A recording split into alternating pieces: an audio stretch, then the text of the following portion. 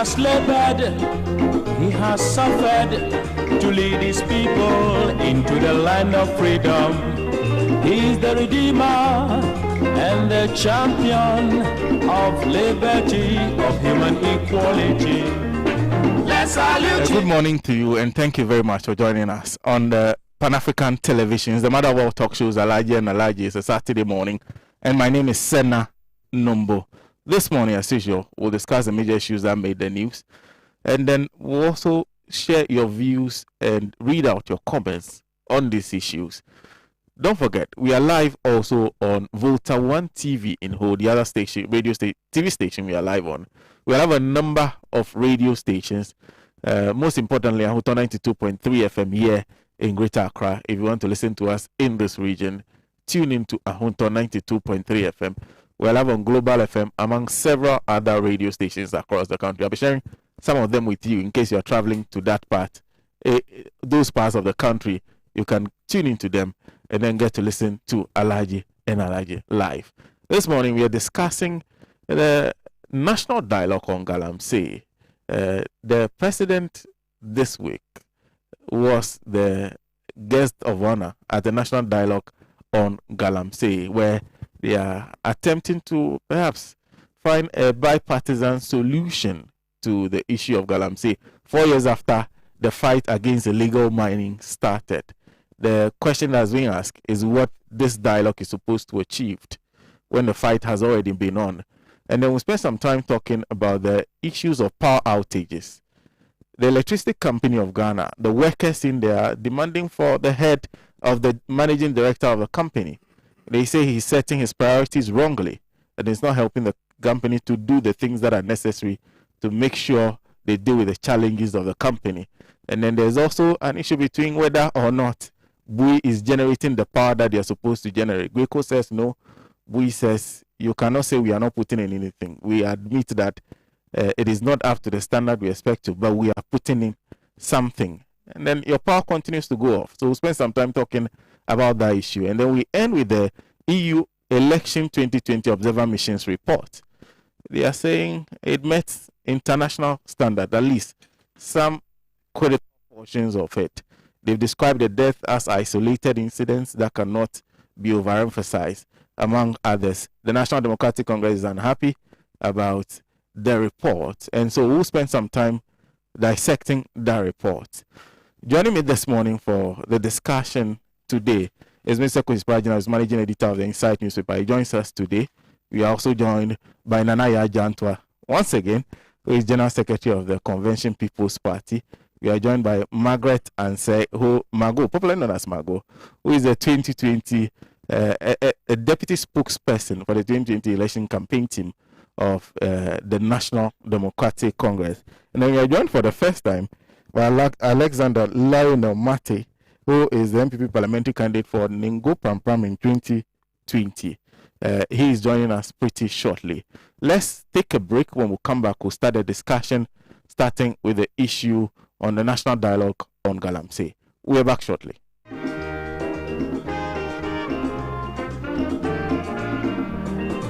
He has labored. Hello, what are you doing Tuesday to Friday, 7:30 to 9 o'clock p.m. every day?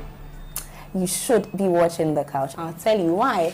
On Tuesdays, we talk social issues, lifestyle, health, all those everyday issues that affect us in the big ways. Late Wednesdays are for book reviews.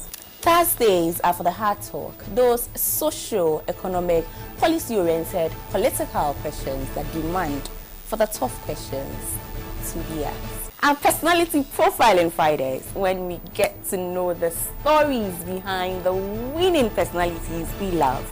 Inspirational story from inspirational personalities. Hey, listen, you really cannot miss The Couch with me, Amma, but still the only TV show with a hat.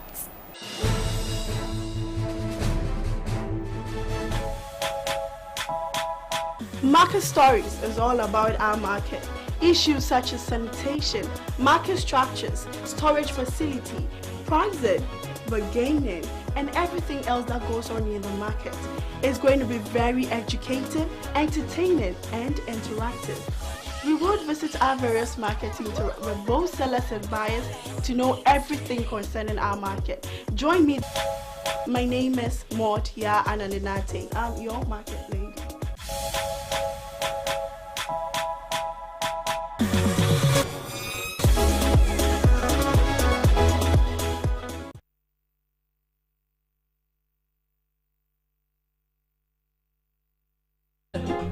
He has suffered to lead his people into the land of freedom. He's the Redeemer and the champion of liberty, of human equality.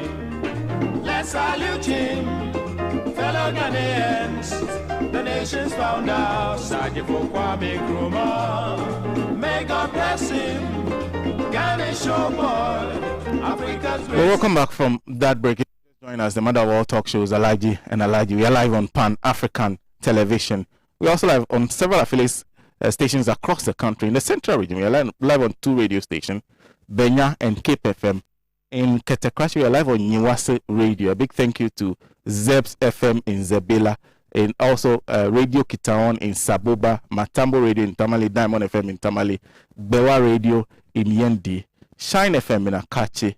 A big thank you to all of you for picking us live. I'll be sharing some more with you as we go along. Very, very importantly, share your views with us on this show. I read majority of the time from our Facebook page, Pan-African Television. Pan-African Television. We are streaming live there. Use the comment section, share your views. I'll read it as we go along in the show. We'll start with the EU Observer Mission's report on the 2020 elections. It has been anticipated, sort of. It's come. Are we happy with what they are saying about our elections, the extent to which they are talking about some of the deaths that happened in the elections? I'll start with Margot on that issue. Margot, good morning. So, good morning. Good morning to my elders, very wonderful people, and good morning to your cherished viewers and those listening to us live on radio and your Facebook viewers as well. Sena, EU. I think we got the hints even before the report was finally out. After the elections, certain comments that they made and all that. I have not read the entire documents, but looking at their executive summary, there were 3 things that I observed, and I felt that they were not bold enough, or they were being economical with the truth, or they did not really understand or appreciated the situation of the Ghanaian voter and the circumstances and how the entire electoral process went about and the effects on the voter as a Ghanaian. First of all, they made a comment like that election was efficient and transparent. So now, election, going to the poll on December 7th to go and cast your vote, that is not all about the elections. Let's cast our minds back. What were the concerns of the major opposition political party in this country when the electoral commissioner decided to do a new register? We opposed it. We did not just oppose, we stated clear, prudent reasons why it shouldn't be so. Above all was COVID-19, which was a pandemic, which was a general health problem, which eventually became an economic problem. So now, secondly, look at the ECOWAS rules that they use to govern elections in other countries in order to prevent election conflicts and all that. They said 6 months to any major election. You do not alter or make any changes without the acceptance by the major political actors. The major political actors, not being a political party alone, even CSOs. We heard and saw lots of CSOs raising critical concerns, some even to an extent of cost inflations and other things. Figures were being inflated by the EC. They weren't able to, explain themselves properly. See, now all these were part of the process to the 2020 elections. We heard the NDC political party lamenting all the time about Madame J. Mensah not organizing frequent IPAC meetings to judge or to dialogue, to learn from experienced people, to enrich this democracy that we've carried on all these years. All those things that the opposition and other reasonable CSO said, the Electoral Commission did not care. She abandoned the IPAC, which has done a major electoral reforms in this country, and went for eminent advisors. People, they could have expertise in their own areas, but when it comes to election matters, and I have contested elections before. I have gone for national deputy organizer before. I have contested parliamentary candidate. I know what goes into elections.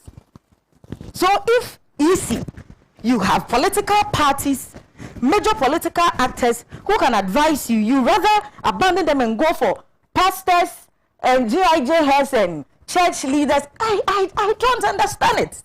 What is their business in elections? Besides, when it becomes so critical, there were people that we reverence, that we expected that we will go to them. They are unique in their own ways.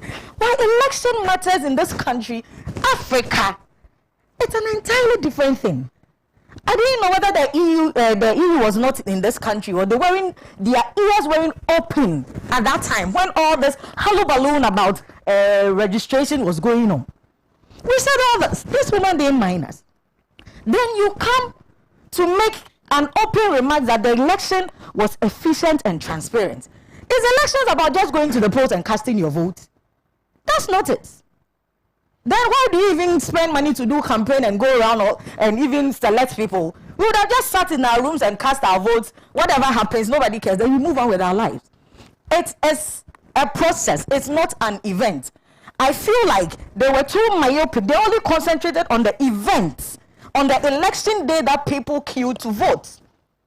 But it is a whole holistic thing that they had to look at it carefully and be bold about their observations. Also, you're talking about efficient and transparent elections. We were in this country again on this same voter registration. Strongholds of the opposition party, NDC, there were a lot of people that couldn't vote. Our land borders were closed under the guise of COVID-19, and they were preventing people who were our neighbors from Togo and other places to, I don't know how they were preventing COVID-19, because as of that time, the rates of COVID in Togo and the rate of COVID in US and UK, I mean, I can't even get how any rational person will assume that when you open the borders, land and the sea borders, they rather bring COVID to this country, but rather the airport was open at that time. It was clearly voter suppression. They did not want their opponent's stronghold to come out to register. In the end, they sent military men to go and fight the COVID-19 in the strongholds of the opposition. So now which election is efficient and is transparent? You prevent your opponent to register and you vote at the end of the day and someone emerges as a winner, and you think this was transparent? How transparent could this be? What are the principles of democracy? If Ghana is a democratic country, don't you allow your opponent to have the leverage as equally as any other person contesting in this election? Why do you use your power abuse of incumbency, to suppress vote from your opposition stronghold? And in the end, you wanted us to accept the result, hook, line, and sinker. Sena, it is a democratic principle that you give your audience, the voter, allow the person to be able to digest the issues, listen to ideas, and select who he wants to vote for. And that is the media. Give everybody equal opportunity. This government was closing stations belonging to the opposition. And how do you expect the citizens to listen and make the choice themselves? In other words, you were trying to set an agenda for them and tell them what to think about, because you were closing the stations of your opponents so that the viewer or the voter will not have the opportunity to choose. Because you cook these elections. An example about the media. There's this a certain man who can say from TV3. I saw it. I watched it. He said the breaking news is that I can say from authority that the MPP has 149 seats in Parliament. Saying as I speak with you, even the Electoral Commission himself, what are the seats of the MPP in Parliament? What is the number? But a media person said on the bigger platform that they have 149 who were feeding the media with the results. Is this election transparent? Is this election transparent? I honestly, I'm surprised. When I have not gone through it, but the summary alone, it just puts me off. They were not bold. The government was abusing everything. They spoke about votes by, and when I get the picture, it looks like they were behaving like the Electoral Commissioner when she was doing vote padding. When she passed votes, she would give your mama like 50 instead of maybe if the actual result is 549, then she'll make it 569. Then she'll go and add about 1,000 to Nana Akufo-Addo. The vote padding, the way the woman did it, that is how the report looks like. As if they were trying to treat the issues. And the issue about violence. Did you read how it was captured? Few isolated cases. And they were factually even incorrect. They said 5 people died. So now not even a cow should die because we are going to vote. Talk less of 8 human beings. Then you tell us that there were few isolated cases. Then we get a member of parliament, a speaker in parliament will also say that those people were criminals, so they don't even merit the president talking about it in his first State of the Nation's address after the elections. You claim few isolated cases and you claim that 5 people died. And they were wrong. 8 people died, including minors. There was a 14-year-old girl amongst them. Why should an animal even die because a human being has to go and vote? We are talking about militia and the rest. You told us to disband militia groups, blah, blah, blah, blah. Do you know what the MPP did? They wore their invisible forces, military and national security uniform to go and molest people. The EU should come again. But I think at the right time, the NDC as a political party will respond to it appropriately. But to me, in my personal opinion, they were biased. They were not bold enough to speak the truth, or probably they were bots because they did a very shoddy work, and I'm not impressed with it. They are not the real facts on the ground. They should either come again or speak boldly about the issues. And in Ghana, this is the 8th time we went into an election. I repeat, not even an animal should die because somebody, Nana Akufo-Addo, is a president and wants to retain power. It shouldn't be so. Those people that died, if we don't condemn it, it will give this president the nerve to do it again. Because if you just say 5 people died, next time do you want 5 times 100 to die before you know that human beings are killed? Why is it so? And after all this, what happens? What are the sanctions? We know the rules. We shouldn't buy votes. We shouldn't involve the military in elections. We should allow people to vote freely, speak their mind, blah, blah, blah, blah, blah, blah. We didn't do it. The president of the day didn't do it. So what happens after the reports? All the loans and the monies they are going for, they go to Eurobonds, all the Eurobonds and stuff. They should put in sanctions. That if you don't put measures in place, if you don't do the right thing, if you don't live by your own constitution, this and this are the restrictions we are putting on your way. Then we will know that yes, they want to bite. But you don't write a report and even eventually go and present it to the chairperson of the Parliamentary Select Committee on Foreign Affairs, Brian Champon. Then Brian will have to present it to the speaker. I mean, honestly, I don't get it. But it shouldn't end there. They didn't do a good job to me. But there should be sanctions for us to see that they are really interested in Ghana's democracy and they want to help. Thank you. Thank you. Thank you very much. Marco, if you're just joining us, we are discussing the EU Observer Missions Report Election 2020. Let me jump to the General Secretary of a Convention People Party. I'm sure she's had some conversations with the EU on this particular report, among others. Anaya. Thank you, Sena. I just want to make a very short comment on what the first deputy speaker said, that these are criminals and like they deserve to die. Even a criminal has a right to a hearing before anybody is killed. Whether he's a criminal or not, he has a right to a hearing.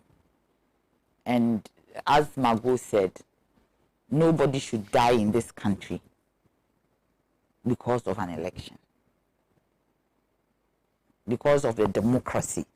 Democracy, the structures of our democratic rule are meant to what? To protect the members of the nation. It is not a junta. And that is why the nation decided to move from a certain kind of governance at the time to go into a democracy. And so if within a democracy we are seeing a semblance of a junta where people are killed arbitrarily, then there is a problem.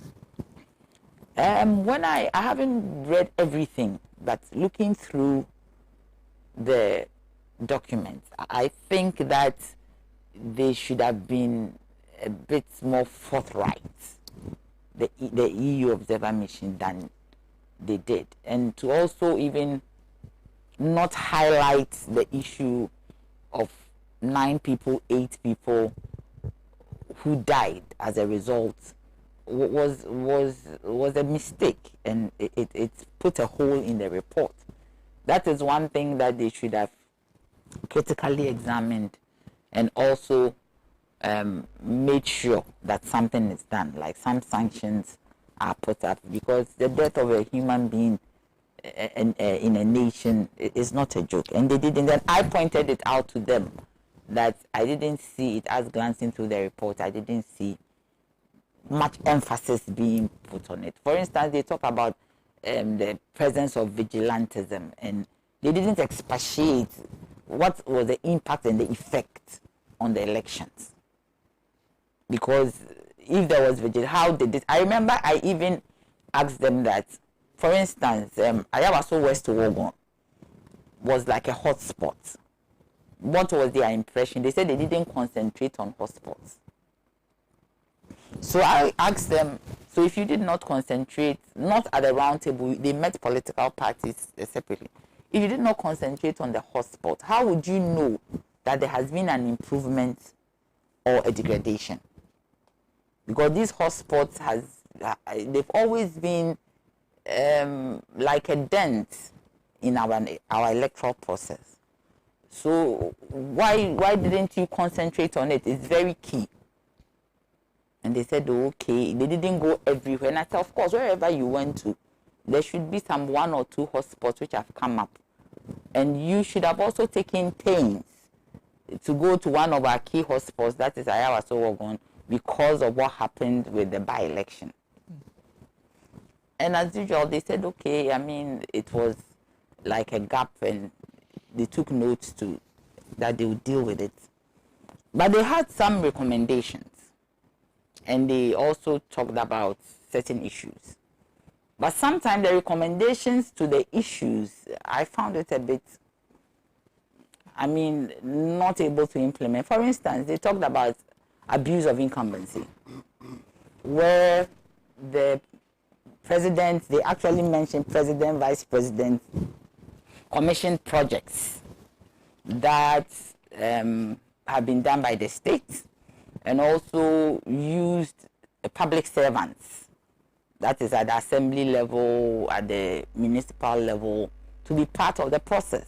And they also spoke about using state resources like vehicles and money and all that. But the sanction was that the president there should be a penal sanction. We should use the criminal code, Act 360. So the point is that how do you, they should have told us who is going to implement that, who is going to take the issue to court. Because the Attorney General is appointed by the President. So if you say that we should use the criminal code to sanction the president and the vice president, it's as if you are telling us we can't do anything. Because for me, it didn't make sense that they should be sanctioned through our law courts. How is that possible? Who is going to lead it? Who is going to sanction it? And that is where sometimes I tend to agree with Margot that it was as if they knew the truth, but they didn't want to come out with the truth. Because if truly you notice that there was an abuse of incumbency, where these resources were used, national resources were used and all that, and the sanctions that you are talking about, it is neither here nor there. I mean, truly. I mean, let's be fair. How would somebody, unless you recommend that a private citizen or the nation should agree and put some resolutions in place to state that when this happens, this is what is going to be done. But as it stands, I mean, how do you even prove it? As somebody was telling me in the US, when the presidents go on their campaigns, there's a way they do it. They also commission projects, then in between from where they commission the projects to where they are going to have their rally, you pay the cost, the difference. Such recommendations, I mean, should be given. How is it done in their own country? But to say that we should apply the criminal, how are we going to do it? And one thing too that I found a bit worrying was the court case. I really haven't mentioned or talked about it as a party and all that, but they said that the process was okay, everything was fine, but I expected them to say that the person who took the case to court, his reasons were legitimate or not legitimate. They should have been able to tell us as they went round that the allegation of vote pardon, did it happen or it did not happen? It would have helped all of us. What the opposition party was saying, was it true or not? Because they went round. Now they have seen certain things about abuse and vote buying and all of it. But that particular issue, they didn't say anything about why the opposition went to court. Because I expected them to say that we thought, because it's a major issue and a major situation with the election, nobody expected us to go to court. I don't think that when we went into 2020 election, there was anybody ever thought that there would be a repetition of 2012. It never occurred to anybody. And the same allegations of 2012 reappeared.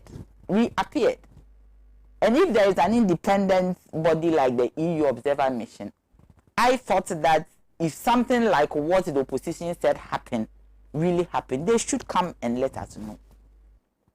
And tell us that as we went round, we noticed some manipulation in the voting process. Do you understand? But nothing was said. Of course, it's a court process. Of course, the process will be legitimate. Of course, they will go according to what a court has to do. But was it legitimate or not legitimate? They also talked about the NCA. That the NCA is, has too much powers, and sometimes their processes are opaque and arbitrary, especially in issuing of licenses and closing down of TV and radio stations. So that aspect should be given to the NMC, because the NCA is appointed, the board is appointed by government. But how many boards are not appointed by government? Most boards are appointed by government. It behoves on the person who is in charge to know that even though I am appointed by government, I am independent and I stand for the truth. That I am a principled person whose duty here, as I sit, is to protect the interest of Ghanaians. Because if we are in a democracy, and democracy is not allowed to. The media is a key part of the democracy, and it is not only the side of the ruling government that we should listen to. So radio stations that belong to also the opposition should be made to thrive, because we need to listen to both sides of the story. So if one is stifled and the other one is made to thrive, then there is a problem. Because you see, they were talking about licensing and all that. Has everybody, all the radio stations that we have, TV stations, have they all fulfilled the requirements of their license? And that is where the issue is. And I believe that is where they were talking about the NCA. But as usual, it's as if they are always ambiguous. They don't want to go straight to the point. They also talked about women representation in governance. And they said that we have not been able to go beyond our 30% mark. And they believe that we should reach 50% by a certain time. So the issue also is that, yes, women must be in politics. And they even said that it even came up that like filing fees, which are expensive, and campaign financing, they should be supported. Women should be supported to do it. But they didn't also talk about some of the things that affect women ourselves. Because you see, they also spoke about the affirmative action bill, which is still sitting as a bill but has not been passed in law. But I do believe that women, we should hold our own. And we are equal to men as in human beings. We stand with the men and we walk with them. I do not think that we should make any allowances for women. Of course, if the men want to support us, besides, I think we even have more money than they have. If they, because we are economically strong, we do a lot of work. If the men want to support us, fine, it is all good. But to think that they should, lower some standards for us to pass through and all, I don't think it will help. But if we really want to go out there, and the issue also came about marriage. Somebody said that we love the wedding ring more than the political ring, the arena. So when we wear the wedding ring, what then happens? We decide not to go further with our political career or whatever career, of which I do not believe so, because the two go hand in hand. The two go hand in hand. But you see, there has always been promises by governments that, oh, when they are campaigning, oh, when we come to power, we are going to put women before everybody. We are going to have 30% women in our government. But immediately they get the votes, they get the power, they forget about it. Then they say, oh, there are no women. The women are not available. Meanwhile, we are more than the men. We are more than the men. So why is it so? Why is it so? So I believe that women ourselves, we shouldn't wait for any bill. We shouldn't wait for any law. We should start doing it ourselves, going out there to make sure that we are part of the governance. We are part of the process. And that we should also support each other. We should be able to support each other to move forward. We don't need the EU to come and tell us that we need a 50% penetration of women in politics or women in governance. I think we ourselves, because the women started being in governance not today. When you go to our various towns and villages, the queen mothers are in charge. The queen mothers are the one who proposes who should be the chief. Without the input of the queen mother, the chief cannot be installed. And if you look at Ashanti history, a woman, when all the men were afraid of the British, a woman, Nanaya Santoa or Josohima, got up and took a gun and led the men to war. So the women are capable. From there, I tie it into financing, campaign financing. They said our period for campaigning is too long. And that is why we spend too much money.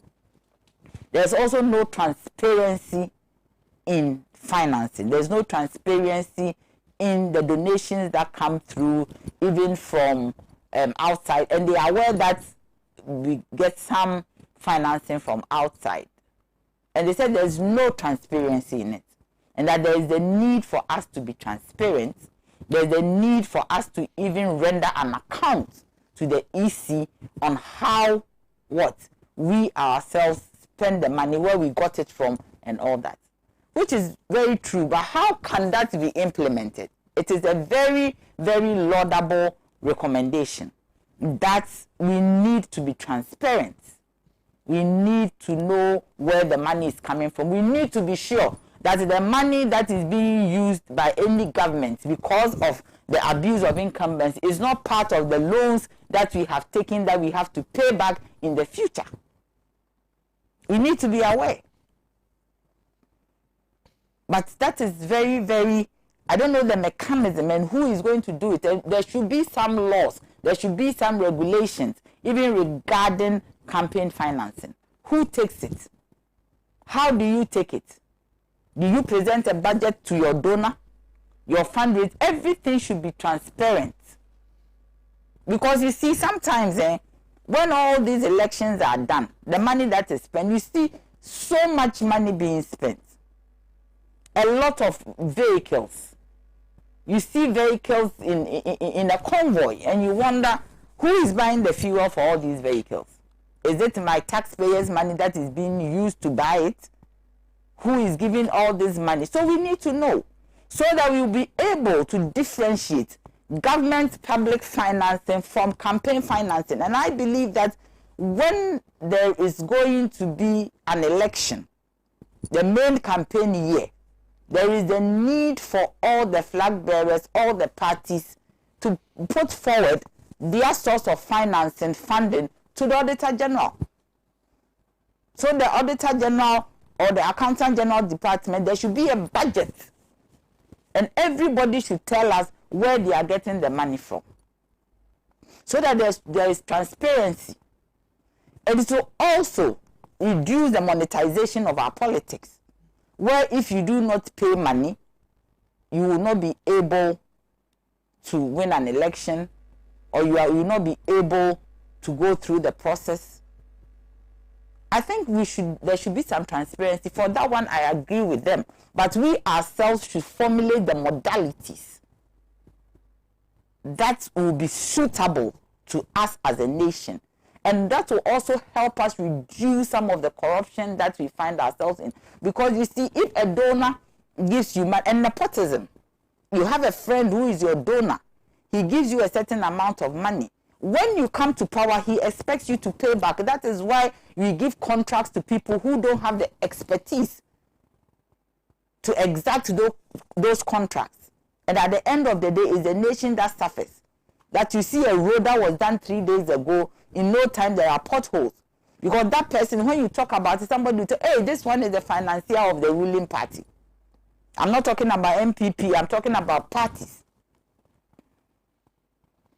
I'm talking about even when CPP comes to power, CPP being a government in waiting. As we say, we're a government in waiting. I'm talking about all political parties. We need to have some kind of guidelines that would ensure that party financing is done in a very, very transparent manner. I also had an issue with them when it came to their coverage of Facebook, the Facebook presence and penetration. They didn't even talk about CPP. Our penetration and our presence might not have been as high as the other party, the two parties, the duopoly. But it should have been mentioned. So I asked them whether they are promoting a multi-party system or they are promoting a two-party system. Because they are concerned there were other smaller parties or other parties, I don't want to call them smaller, other parties who also add to the process. And I didn't see that they were prominently mentioned in there. Their concentration was on the two parties, the NDC and MPP. And I think that it is time that process or that chain is broken. That every time our concentration is on these two parties. They also spoke about the fees, and I will tie that into IPAC. The 100,000, 10,000, there was no consultation. The EC just fixed the fees and announced it at night.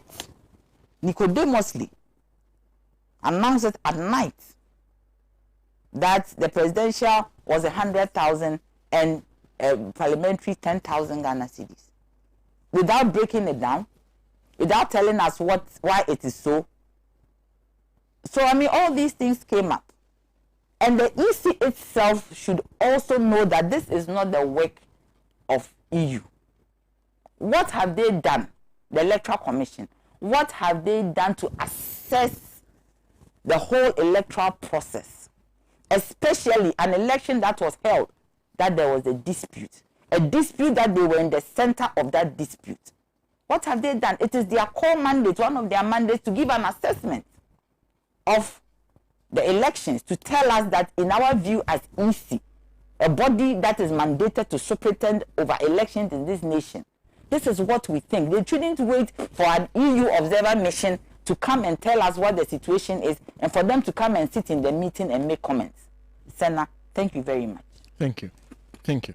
Well, let me do a couple of your messages before I come to Alexander Mate. A few messages that you're sending to us via Facebook.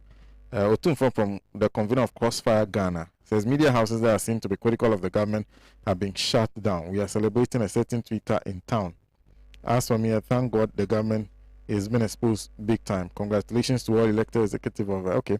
Dennis Yakwete says, for me, okay, he is talking about dialogue. Let me jump to a few of the issues being Abena Pokia Aka says Ghana is fast deteriorating.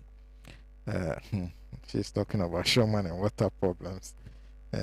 Thank you.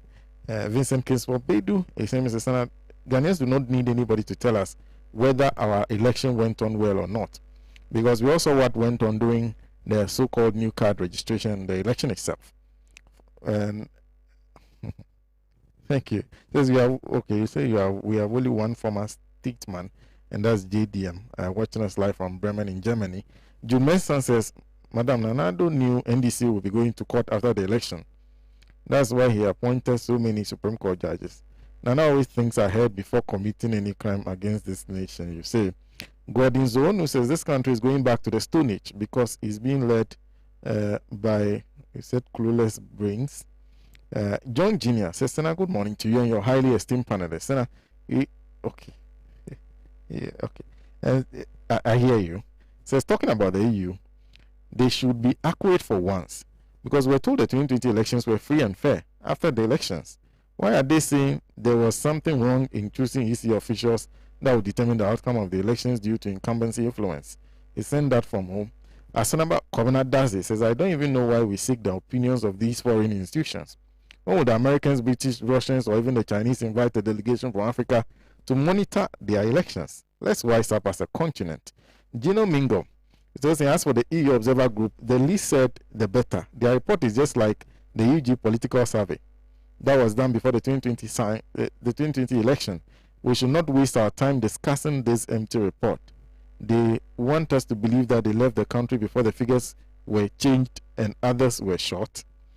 Cesar Dino Kena says, truth be told, the team of foreign observers only keep recycling their reports. Failing to be truthful is equally an act of corruption. And Chike says, what did you expect from the EU report on their... Okay, of course, EU engineered the re-election of the representatives in Ghana. Muhammad Dubulala Zangina in the UK says, is the EU really... does the EU really mean what they are saying? If a single person is killed in any European country, would they accept it as transparent and fair? I'm extremely disappointed in the EU, of course. The stakes are high indeed. And let me end with William Agbenyega, who says the EU and like institutions are the ones promoting dictatorship in countries in Africa to their advantage. This report is shambolic. Good morning, Sena, and your guest. Alex? Thank you very much, Sena. I'm humbled to be among the venerable Kwesi Pratt himself. He has been one of the people when we were young we have been following throughout. Venerable, thank you for sharing the same platform with you. I'm here also with a sister, the General Secretary of the CPP. Yes. I'll call her a sister because we knew ourselves from afar. And also the former municipality representative of the town I grew up from, Suhum. Yes. I grew up from Suhum. I attended Suhum before moving out. Yes. So I'm in the family, and I feel very secure to be in the family. I am happy we are discussing this very important report from the EU. But before I come to that, let me also salute my brother Petros, who have been here earlier. I listened to George last week. I also did listen to Richard Anyaba some time ago. I think the platform is actually growing, and we are happy you are now accommodating us too. Because it used to be the one-way thing we used to know. But now I'm happy you have accommodated this and you have given us the platform to give our side, our view of the whole process that happens, or the other side of the coin. Coming back to the EU Observer Mission Report. What was the EU Observer Mission Report in 2012?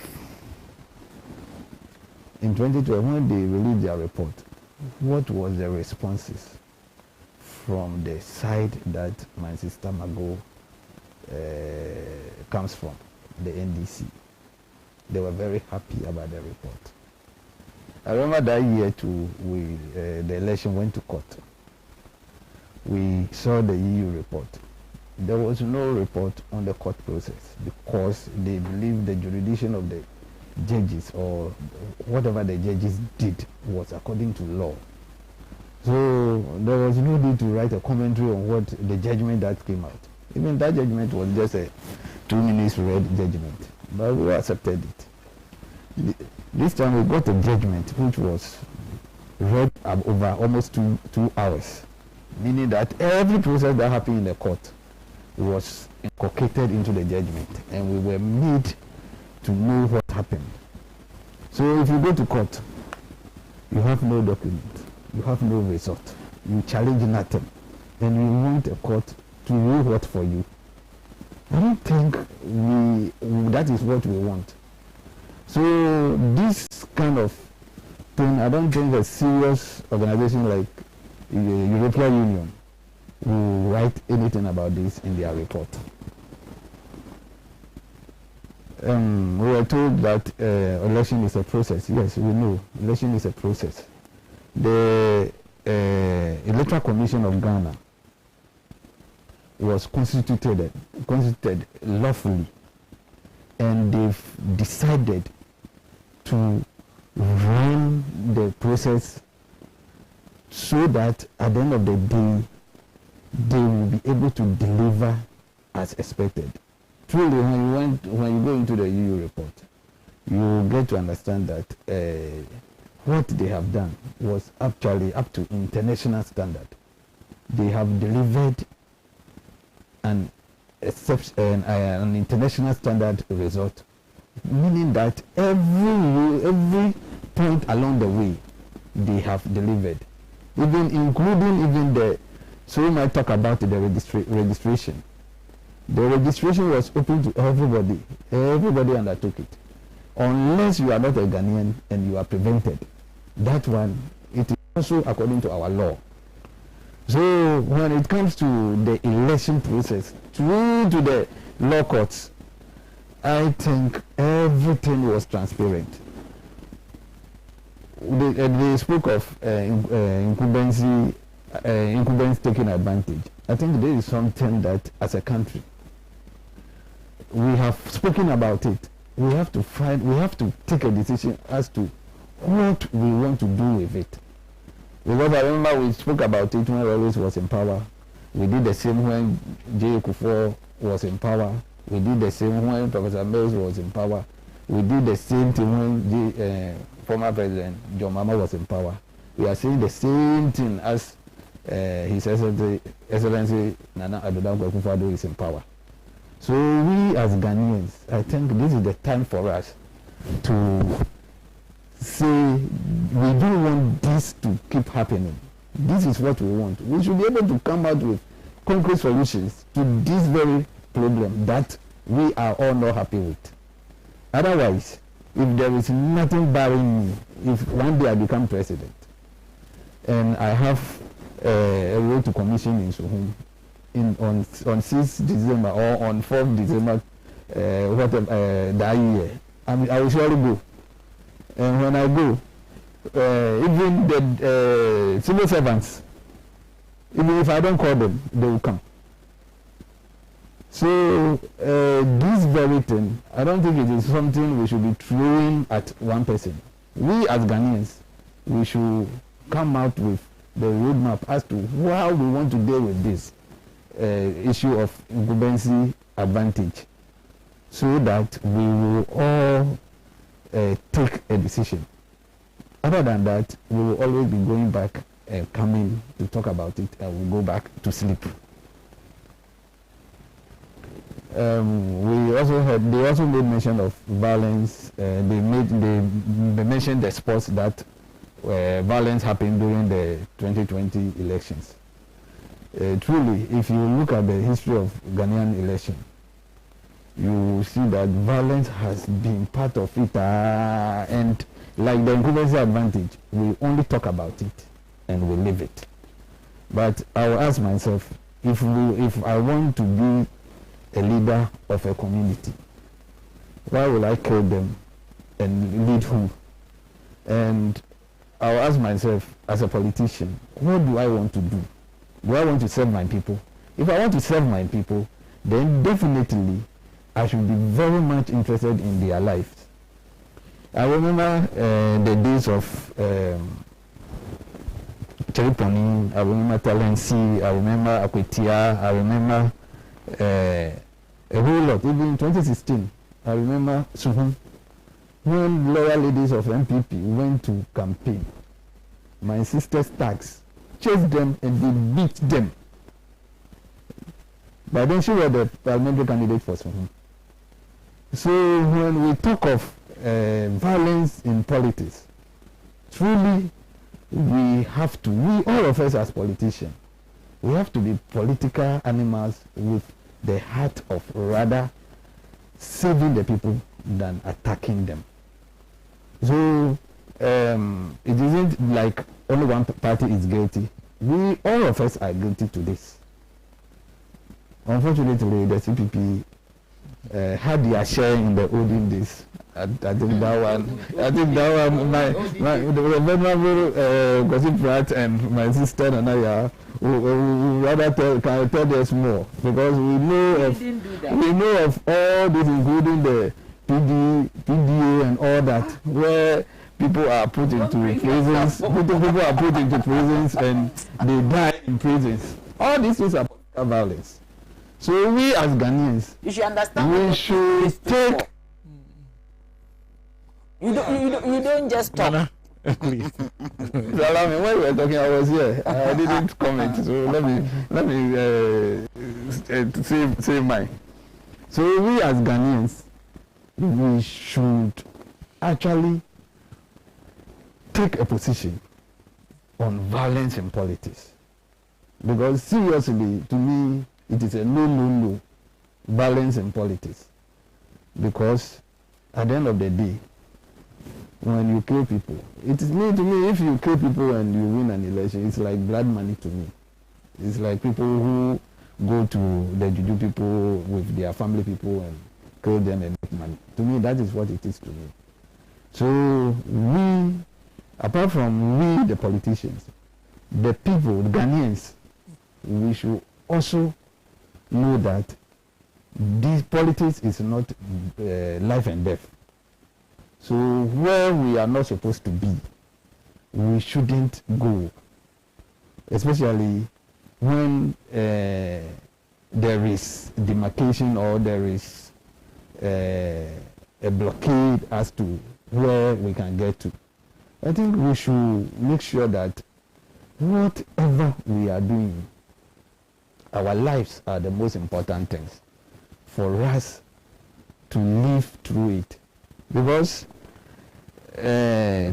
cases that happen, I remember, I know at Parliament there was this motion that the election, the Techiman South killing and the other killing during the 2020 election should be looked into. You realize that the majority side also want to bring all the rest of the violence that happened in our elections for it to be looked into.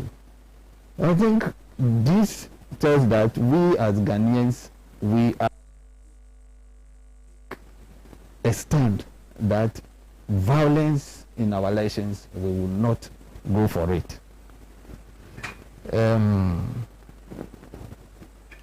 Then the issue of NCA, we learned that there was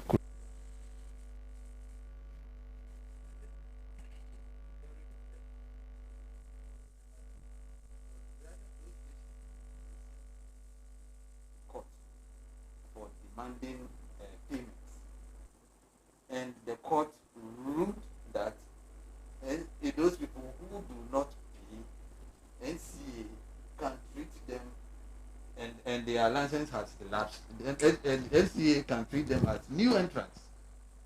So it isn't like NCA on its own went around closing stations, but it is certain happenings. And if we know any other station, media house, which also owes NCA and has not paid and is still in existence, then that one, we as Ghanaians, we should bring that one to up. Because for what I know, all the stations that owe, they have been closed. And the rest that have not owe, Pan-African TV doesn't owe, it's in operation. So that should tell that there isn't like there is selective approach to the closure of the stations. Once you abide by the rules, because you want to, anyone who calls for equity definitely must come with clean hands. So once a media house who will be the fourth estate of the realm, who will be pushing for right things to be done, will be holding government accountable, then definitely you must also go by the rules. So this will be my introductory submission, and I think as we go on, when anything comes up, I'll add up. Okay. Thank you very much. Thank you, Mr. Marty. And let me go right to Mr. Pratt. Well, I've been following the discussions of the report of the European Union, and I've been very highly disappointed. I've been disappointed because the tenor of the discussion does not assert national independence and sovereignty. It is clear from all the conversations that have been going on in this country since this report became public that the Ghanaian elite is still looking for validation from our former colonial exploiters and oppressors. And I feel very deeply sad about this situation. We go for an election and we are waiting for the EU to tell us that the election went well or didn't go well. We draw up a national budget and we are looking for approval from this colonial, neo-colonial, imperialist institutions. Whatever we do in this country, 63 or 64 years after independence, we are still looking for validation from these predatory forces, institutions, and countries. And that is what makes me sad. Now, this is one part of my reaction to what has been going on since this report was released. The other part is that the discussions do not appear to reflect what is in the report. So my suspicion is either that the report has not been read, people are engaged in the discussion of the report which they have not read, or that they are skewing the discussion in order to achieve a certain advantage, propaganda advantage. So everybody takes a part of the report and is running with that report.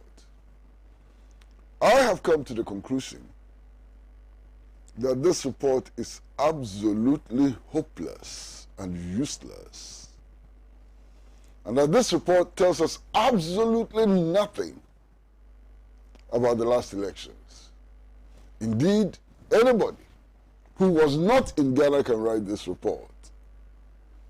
This report is absolutely useless, and I'll demonstrate that. There's a 94-page report, fact document, prepared by the European Union. Now, if you read the report, many parts of the report contradict other parts of the report. The report is so hopelessly written that it tells you nothing.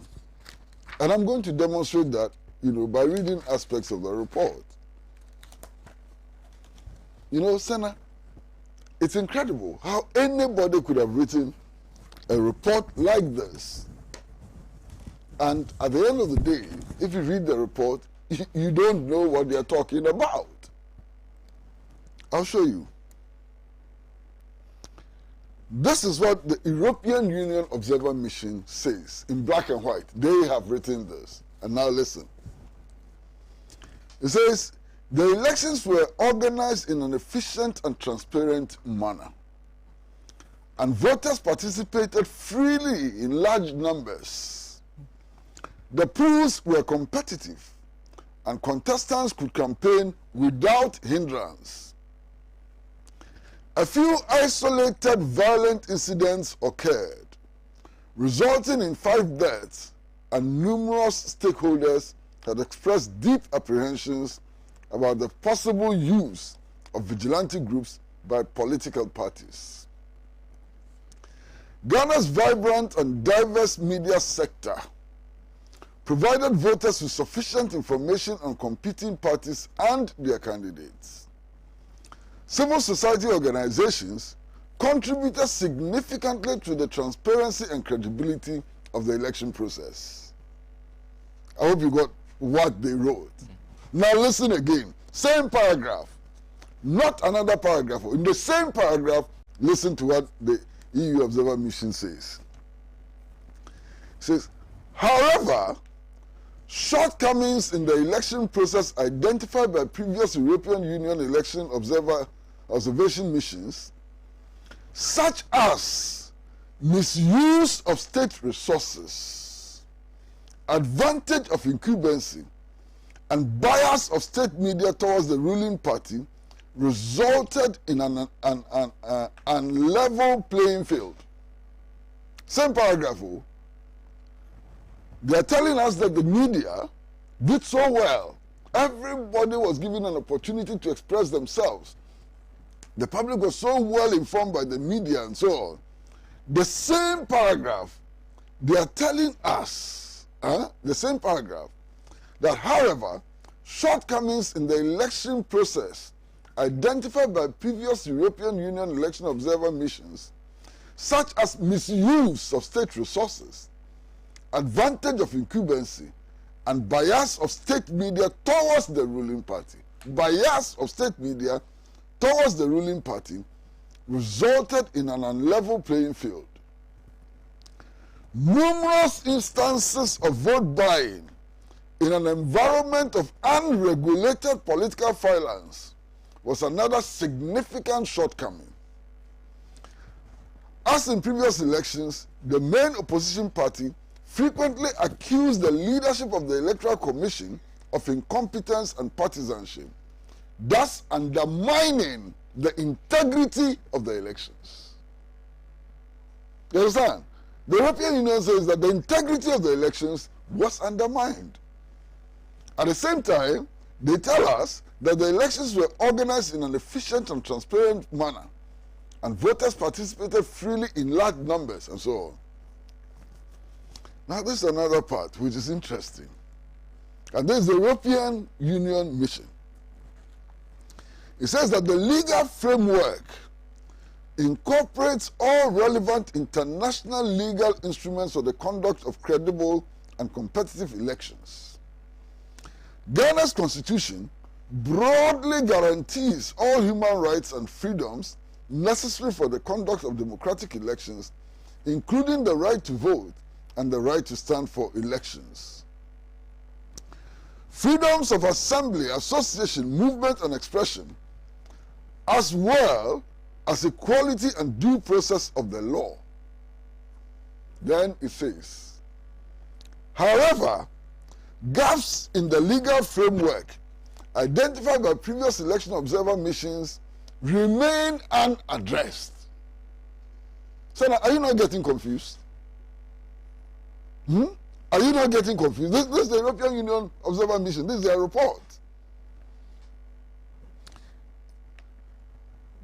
These include a lack of finance. These include a lack of campaign finance regulation and no deadlines for adjudication of parliamentary and election petitions. I'm totally confused. What are they saying? What are they telling us?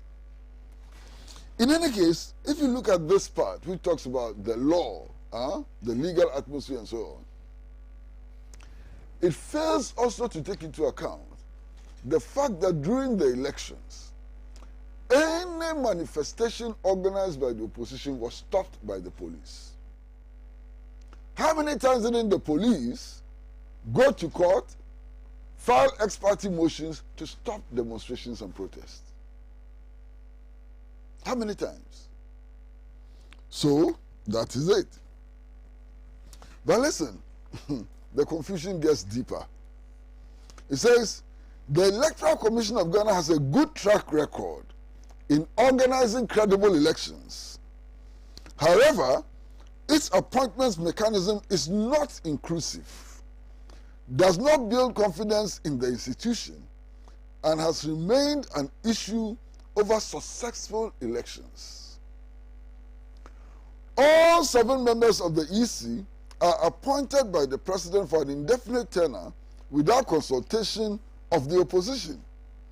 4 EC members, including the chairperson and 2 deputies, were appointed by the incumbent president in July 2018 after the previous EC leadership was removed from office for misbehavior and incompetence. The main opposition party frequently accused the EC of bias and declared it had no confidence in the EC leadership. My brother, what are we talking about?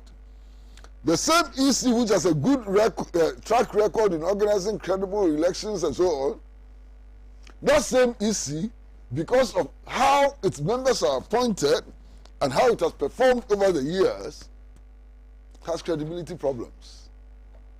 The same issue, this is the same European Union. It is not another organization. Listen. It says, the Electoral Commission compiled a new biometric voters register shortly before the elections, the timing of which was a source of major controversy. There was no consensus among the stakeholders on the modality of voting registration ahead of the elections, and the EC was unable to convince the main opposition party as well as civil society of the need for a new register. The opposition strongly criticized the timing of the exercise during the COVID-19 pandemic and less than 6 months before the elections, as well as the high cost of hardware and software. Despite some technical problems affecting the limited number of registrants and closed land borders, this large-scale logistical operation succeeded in registering a very high number of voters. And then it goes on and so on. I mean, every part of this report is contradicted by another part. And from one sentence to the other, You don't know what the European Union is talking about. They are so confused. They write a report which tells us next to nothing about the state of affairs. Brother, let's continue. Listen to this interesting paragraph. It says, voting was conducted in a generally peaceful atmosphere, and voting procedures were mostly followed, including the biometric verification of voters. The European Union observers reported several irregularities, such as voters not always marking their ballots in secrecy, mainly due to poor layout of polling stations and biometric verification devices not always able to successfully verify voters. Now, how do you have free and fair elections when all these things are happening? And it is not somebody who is saying, no, this is the European Union Observer Mission saying that people went to vote, they were not marked, which meant that they could vote 2 times. You understand? In some instances, even the biometric devices were not used, and so on. I mean, what is this not a recipe for rigging? This is what they are saying. I'm not the one saying it. Master, it is so interesting. It says, party agents from both NPP and NDC were present in all but one polling station visited. Are you listening? So at least they identify one polling station where the parties were not represented. Okay. What could have happened in that polling station? They identified a polling station where party agents were not present. Interesting.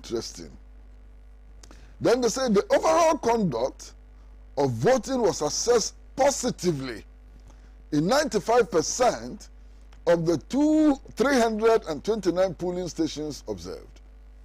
Now, this is also very significant. The EC Observer Mission were in only 329 polling stations. How many polling stations did we have? How many polling stations did we have? Over 20,000. Pardon? Over 20,000. Over 30,000 polling stations. Okay. Nearly 40,000 polling stations. They went to 329. And you think that their comments are sufficient to tell us what happened in our elections? The EC deployed COVID-19 ambassadors to polling stations to enforce health protocols. The counting process was assessed positively, and it was conducted in a largely transparent manner and always in the presence of party agents who in all cases received signed copies. In all cases, received signed copies of the result forms. However, in more than half of the polling stations observed, result forms were not publicly displayed. Are you listening? Yes, the public display of results form was mandated by the CI governing the elections. They say that did not happen. Furthermore, presiding officers appear to have difficulties completing the result forms. Fantastic election. Let's continue. It says, collation of results at the constituency level was observed in 35 constituency collation centers, with many of them being visited repeatedly. Here, too, the numbers are important. 35. You had 175 constituencies. The EC Observer Mission was in only 35 of them. 275. Oh, sorry, 275. 275 constituencies. The EC mission was in only 35 of them. So what is the value of this fact report? What is the value of this fact report? Let's continue. The collation process was less well organized. They are saying so. The coalition process. Now, what is election? You go and queue up, you go and vote. If the coalition is not done properly, the whole thing is useless. All right? No matter how you vote, whatever you do, if the coalition process is not well organized, it will not reflect the wishes of the people. And they say so here in plain language. The coalition process was less well organized and less transparent. Mark their words. Less well organized and less transparent, often due to a lack of detailed procedures, inadequate facilities, and overcrowding, which at times led to agents and observers not having a clear view of the process and the filling in of results forms. Instances of arrest and tension were observed in Asawasi, Sunyani West, and Techiman South constituencies. The results were collated in the presence of party agents and observers, and key transparency measures were adhered to. Confusion. There's this other part of the report which is so very interesting. It says the campaign was mainly unregulated, with no official time frame or measures to regulate the abuse of incumbency and of state resources. EU Observer Mission. Nothing was done to regulate the abuse of incumbency and of state resources. The EU observers indicated a prevalent misuse of state resources and a widespread practice of turning official state events into campaign rallies, resulting in an level playing field. In addition, an illegal and undemocratic phenomena of vote buying by both the NPP and the NDC was reported by civil society to be widespread. Do you notice what has happened here? The EC does not attribute this statement to itself, I mean the EU. But it says that is what civil society said, not us. What did they do to verify this?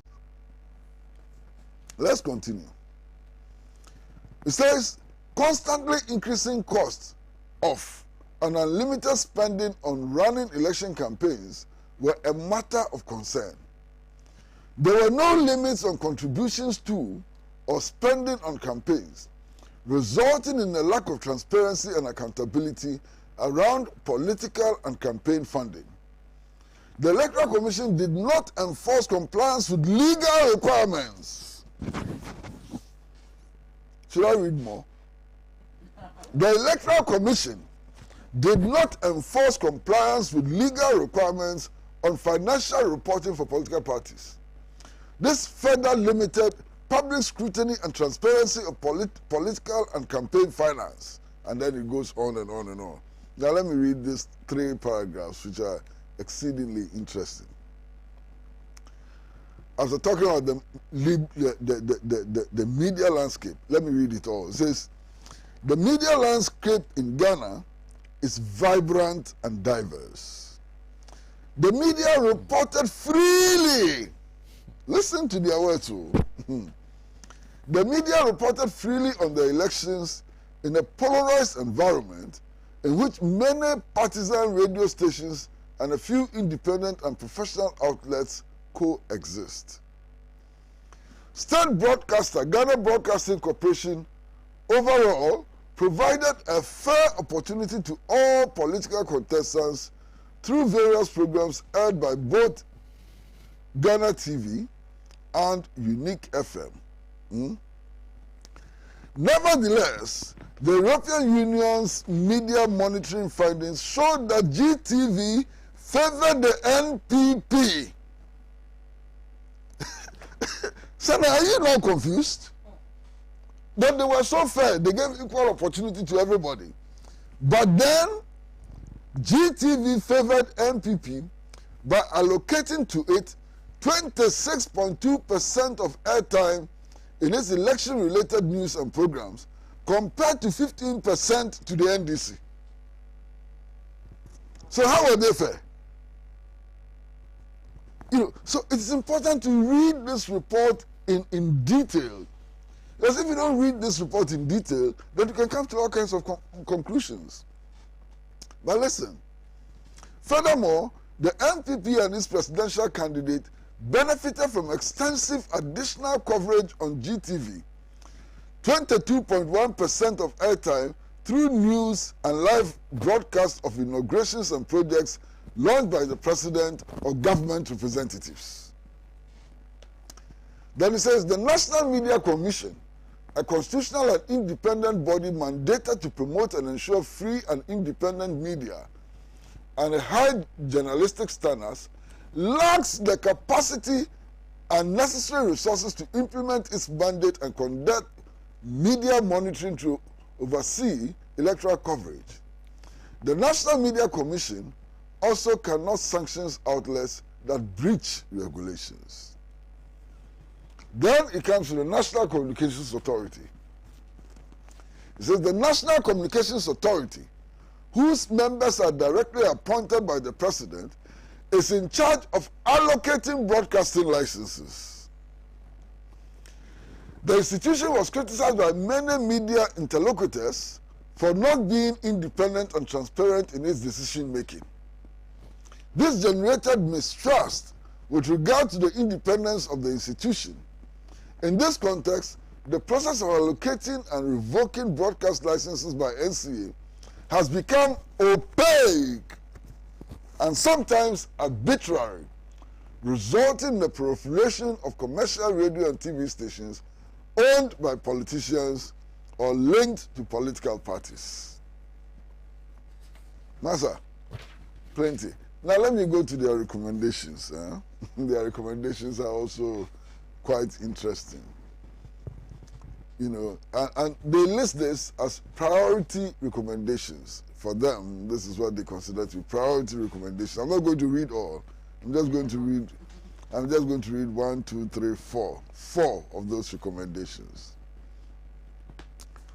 1, it says, adopt a law on campaign expenditure and finance to enhance the overall transparency and accountability of political finance. The law to include establishing disclosure requirements of incomes and expenses for both parties and candidates and limits on expenditure and donations, including for in-kind donations. Introduce effective oversight sanctions and enforcement mechanisms that include a timely publication of all campaign finance reports, including online. Then it talks about introduce an effective sanctioning mechanism against the misuse of state resources, including administrative and security apparatus during the election period. The misuse of the state apparatus, including security, the security apparatus. Then it says, provide the National Media Commission with sufficient resources to conduct media monitoring and properly oversee the work of the media. Then it says, limit the role of the National Communications Authority to administer broadcasting signals and transfer its licensing and sanctioning powers to the National Media Commission. In order to create one sole and completely independent media regulatory authority in charge of allocating broadcasting licenses, analyzing broadcasting content, and dealing with media-related complaints. Now, Sena, towards the end, I think starting from that page, they spend a lot of time doing an analysis of media coverage of the last elections. And indeed, they provide interesting graphs which illustrate their findings, like this one. Okay? like this one. And it is shocking. First and foremost, in some instances, the so-called small parties received next to no coverage at all. Next to no coverage. So the only parties who got a lot of coverage were the National Democratic Congress and the New Patriotic Party. Now, I've been through that section very carefully. And one of the important statements to make is that we have to make up our minds whether what we want in Ghana is a two-party state or is a multi-party state.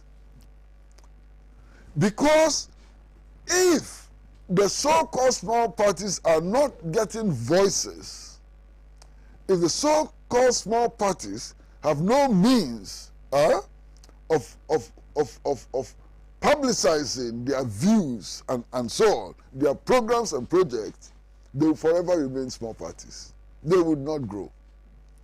The media will kill them at birth. The media would ensure that this two-party system is kept intact, even if we come to the conclusion that the two major parties may not be very different from each other. So this is a development we have to watch. Now, it is also a call on the so-called small parties to develop a vigorous communication machinery. Some of them don't have anything at all. And when they have, they are so incompetent and so irrelevant, they cannot make a headway. So the media space, what is happening in the media space becomes very important, for all of us. There is something which I found which was a little surprising. And I do hope that they got it right. The European Union report indicates that perhaps the only media house which gave the NDC more space than the NPP is Peace FM.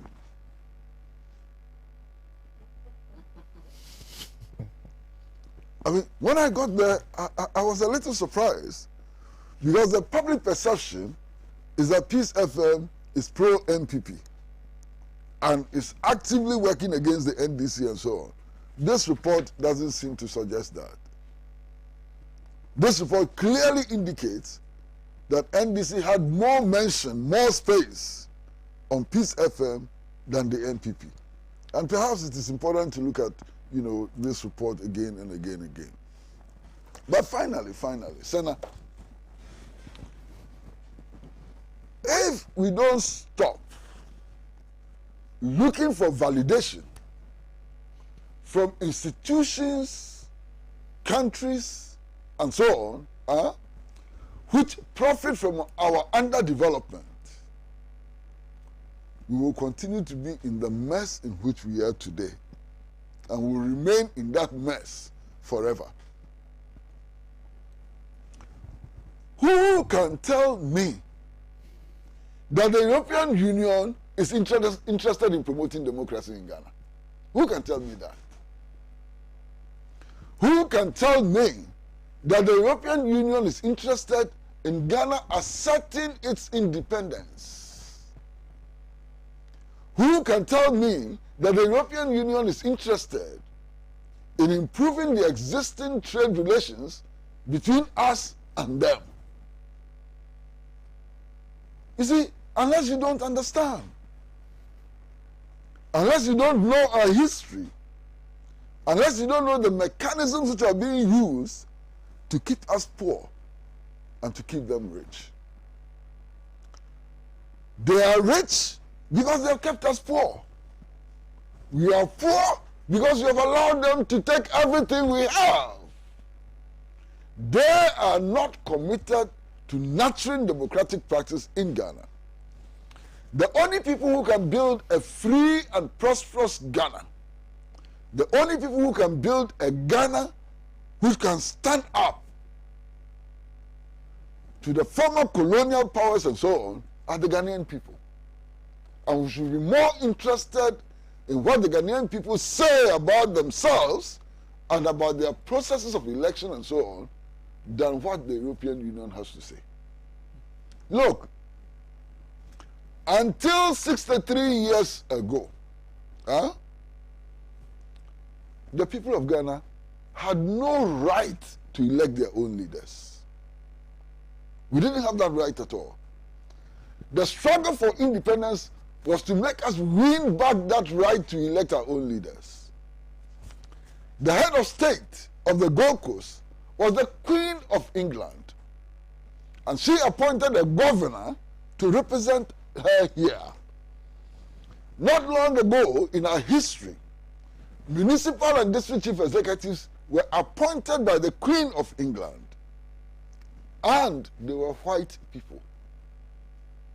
You understand? District commissioners were white people. We fought for that right. The people who usurped our right and power to choose our own leaders cannot be talking to us about democracy. Colonialists cannot be talking to us about democracy. They don't know democracy. Why? In Congo, you know what happened in Congo? King Leopold claimed the Congo as his personal property. He profited from the rubber plantations which were established there.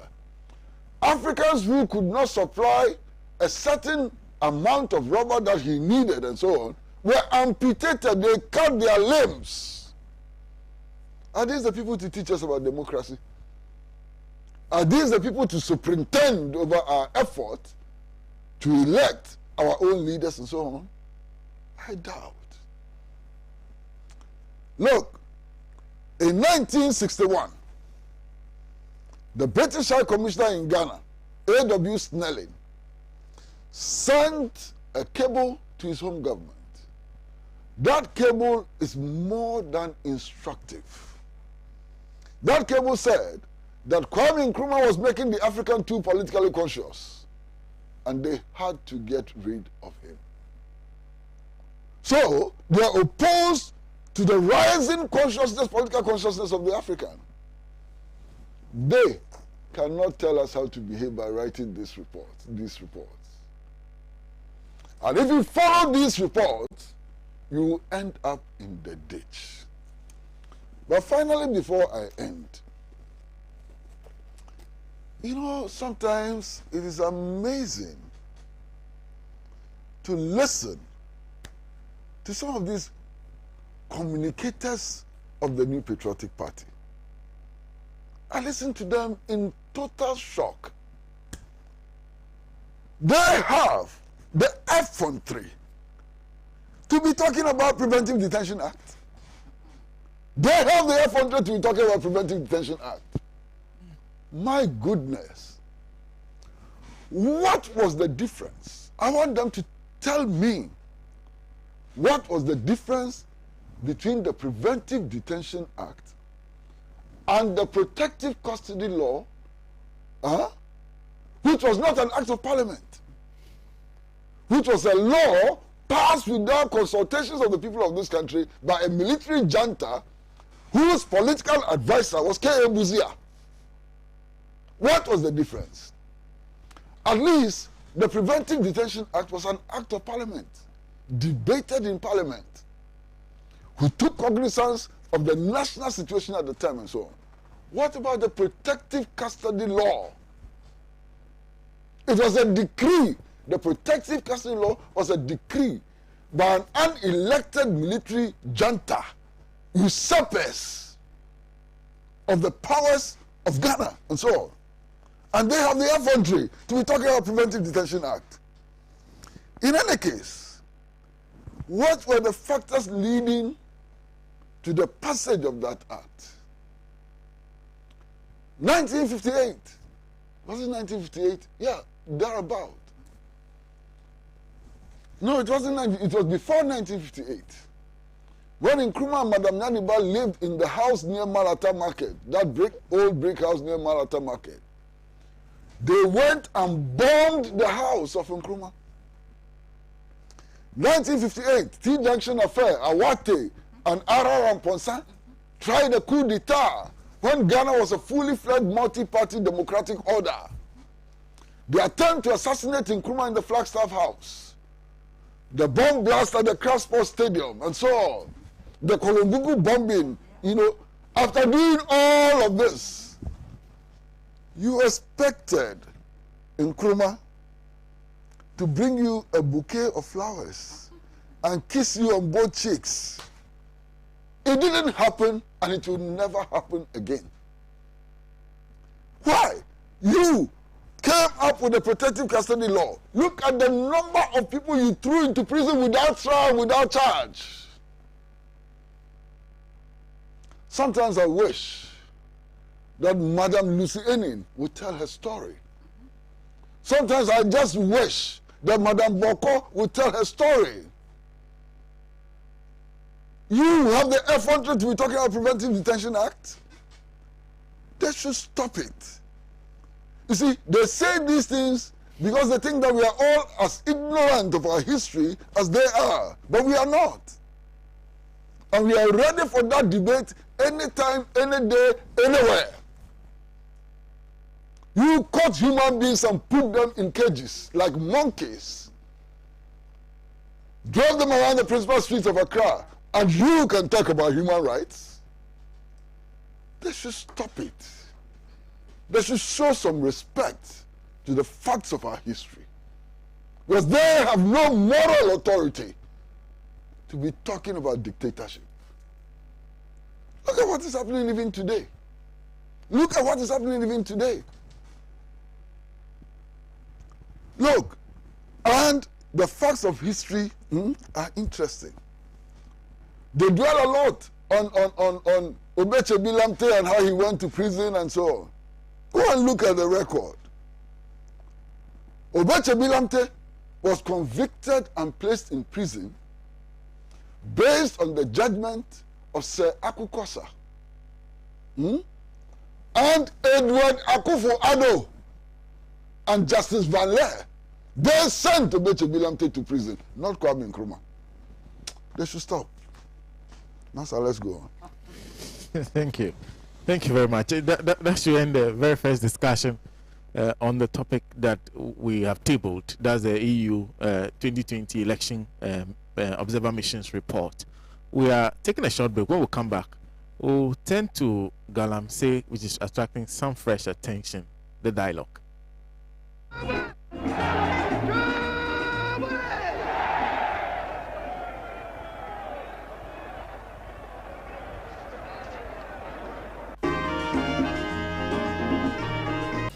Hello, what are you doing Tuesday to Friday, 7:30 to 9 o'clock p.m. every day?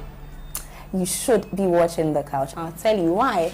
On Tuesdays, we talk social issues, lifestyle, health, all those everyday issues that affect us in the big ways. Late Wednesdays are for book reviews.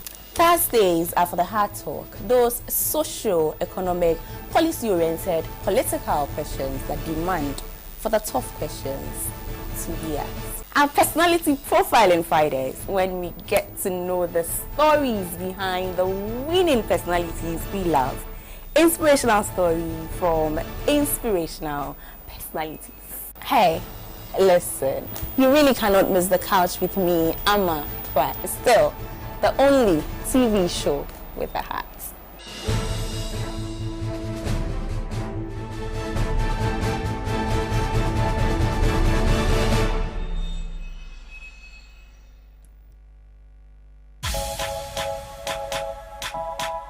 Market Stories is all about our market. Issues such as sanitation, market structures, storage facility, pricing, bargaining, and everything else that goes on in the market.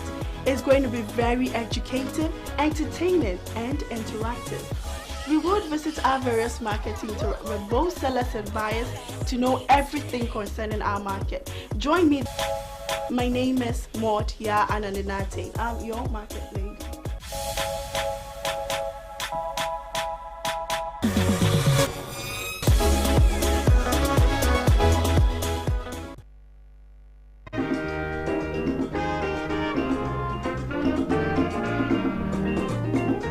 labored, he has suffered to lead his people into the land of freedom.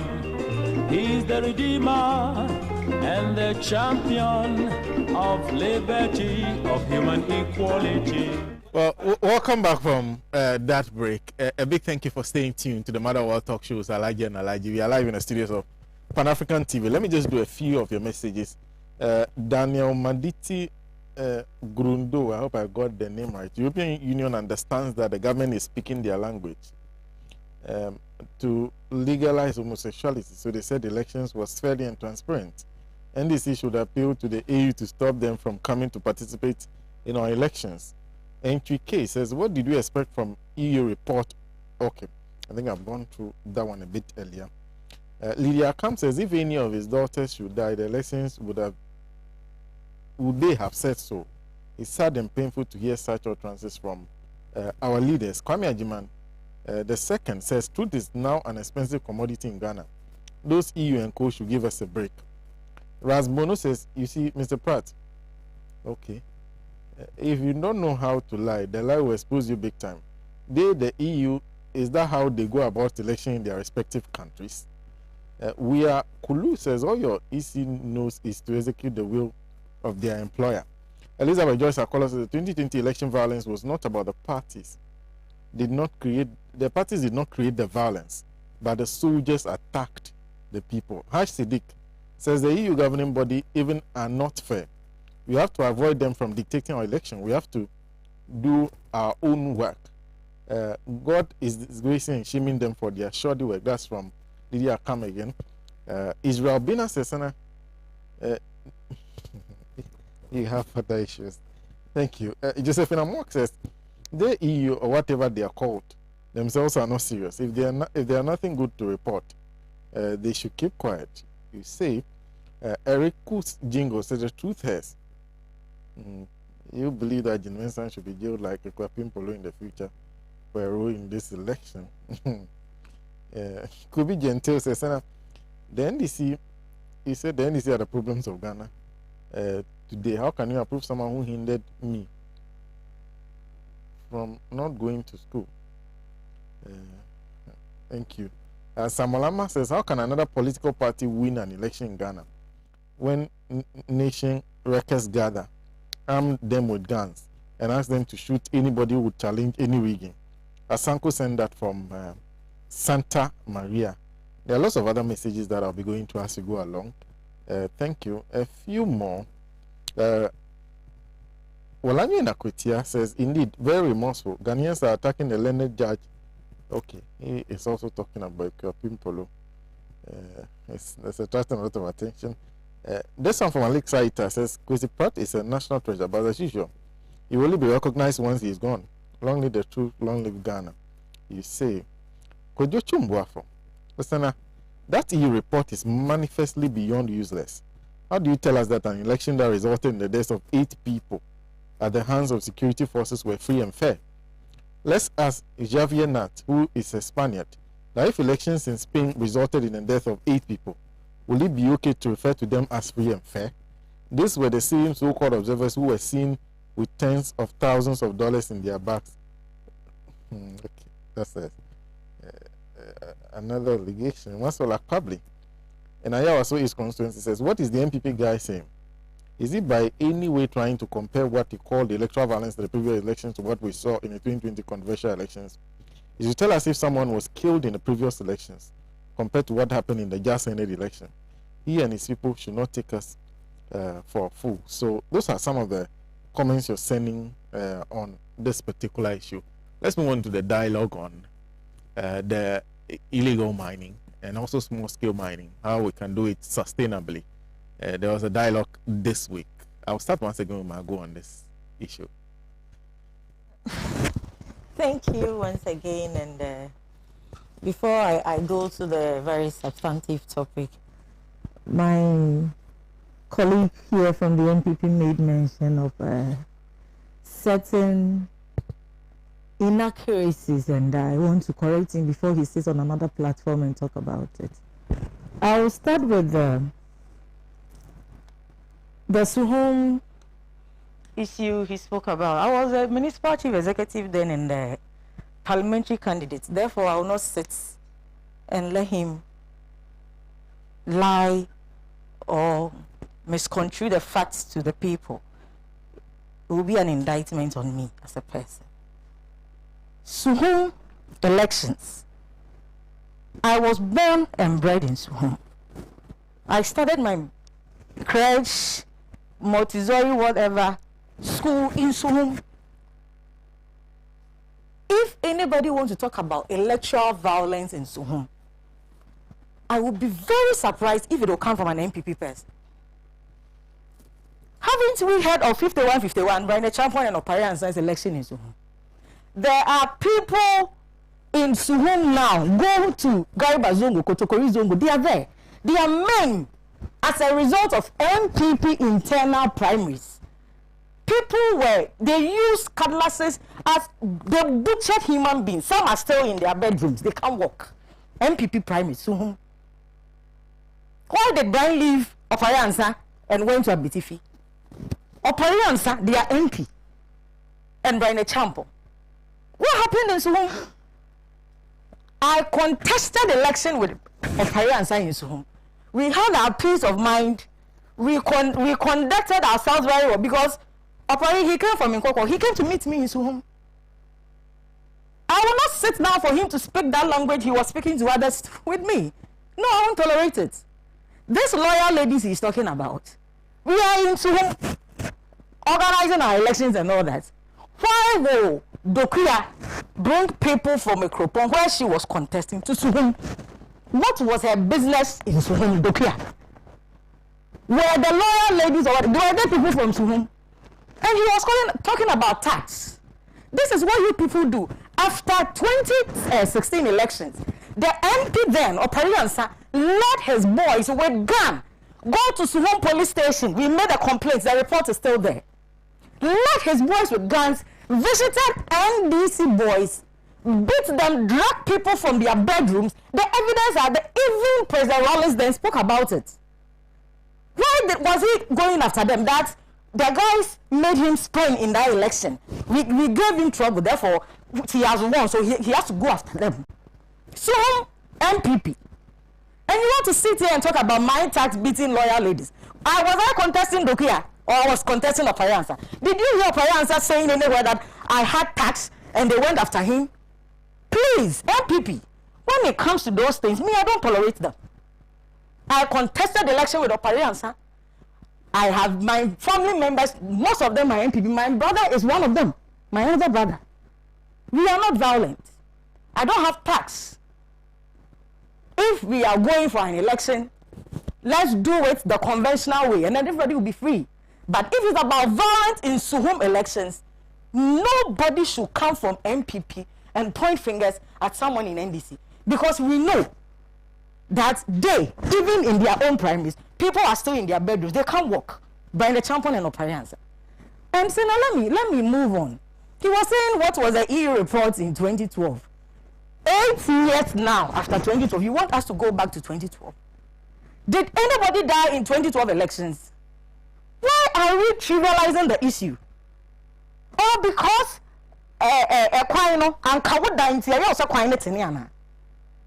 so the mother of the 14-year-old girl at Ododo, if she's listening to us, you want us to go back to 2012. What happened in 2012 elections? You see, I now understand why this country is where it is. Because if we have leaders like this and this is how you think, then we can't move forward.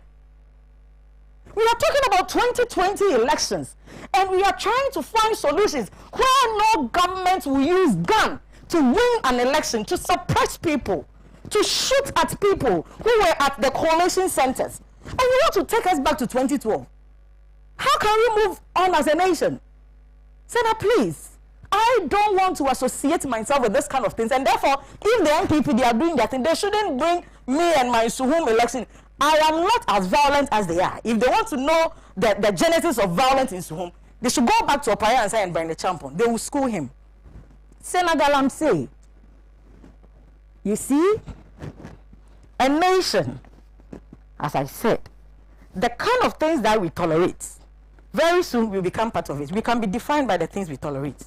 Because we are not just what we believe in, but the things we tolerate. People went and spent their time. They used state resources, the microphones, the water they gave them, all that at the International Conference Center to talk about.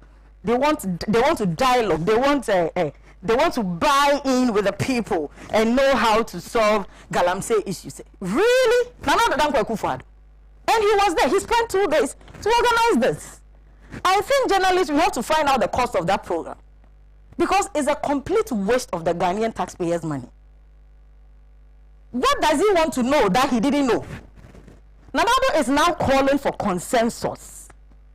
President Nanado, when NDC, our manifesto team, we had the speaker out going around talking to Ghanaians that you cannot rule the people and not know what exactly the people want. They told us the alternative is empty. Now Nana wants to dialogue with who? And look at, they just went and wasted our money. If they want to solve Galamsey, where is Charles Bissue? Or Nana wants us to tell him that we have to sit down and waste money in a conference and write a communique for him to arrest or sanction Charles Bissue. Charles Bissue, that the analysis principle Nanado believes so much in, caught him with money. Nana wants a dialogue to place sanctions on him. We see the MPP Central Deputy Vice Chairman, when he was telling the sector minister then, a whole professor, that you party here, Sika. That is why you gave a certain concession, that the General Secretary John Boydu should have a concession and room to me, so that they will mine and give money to the party. Now nobody wants us to come and sit down and dialogue for him to act on the Kwausi state. So now what kind of hypocrisy is this? I mean, where are we going as a country? As a youthful person that I am spending my life on politics and following what is going on, I think very soon, Sena, most of the youth that will come before us, they will officially write letters to some leaders and withdraw all the respect they gave them. Sena, I bet you, maybe some of us, we can't be bold, so we can't write it to them that you people, we are withdrawing the respect we had for you.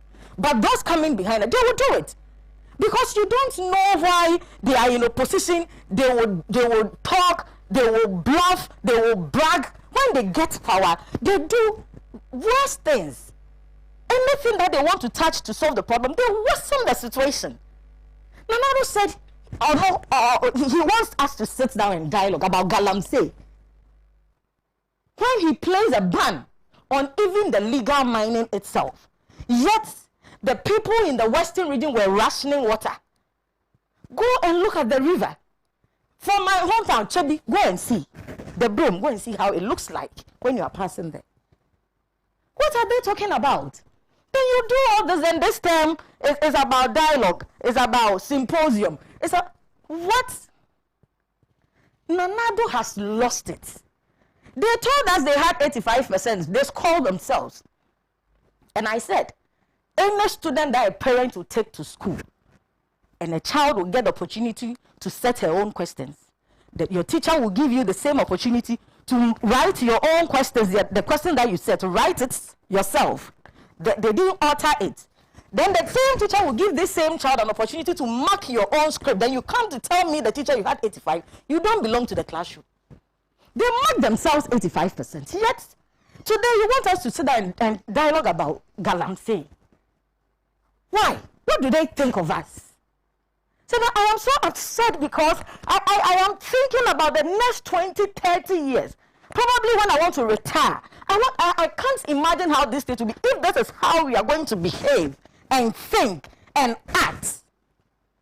Enough of the rhetoric. I will be highly disappointed and I will see it as an outright disrespect to the Ghanaian voter if I see any of this Nanado's government trying to contest for flag bearership and lead this country one day. Any of his team, if I see any of them trying even to contest, I will see it as arrant disrespect to the ordinary Ghanaian. Because they have come to waste our time. They only came to brag. was it branding or whatever they had the men? They have nothing. They have underperformed in every sector. Now Nana wants us to dialogue. And when you read the communique, I was wondering why we sat there and wasted our time. Nana wants us to buy in. For the first time that even state-owned broadcast media supported the fight of Galamsey. For the first time that everybody gave this government the support to fight Galamsey. You failed abysmally. That the people involved from your own party. We heard Kennedy Japan, we heard the Charles BC, we saw the tape, we heard the Koewusi and the rest. You failed, Poto. Today you want us to come and dialogue. You just want to waste our money, and honestly, it doesn't make sense to me anymore. These people are taking us for granted. And I will urge the Ghanaian youth that if we don't take it, there will be nothing for us in the future. Because these people currently in office, they are clueless, they are so careless, they don't care about the future. Because if they really do, with all the support that they had from the broadcast media themselves, Nana will not come back to them and tell us to dialogue. I don't get it. You want us to buy in. Is he telling us that he has failed, therefore he is apologizing, and therefore how can we trust Nanado to fight Galamsey again? When we gave him the support the first time, has he admitted that he's failed, and therefore he is apologizing that we should help him? Has he eventually gone bankrupt of ideas? Are they now empty? It is the MPP who is doing the Galamsey.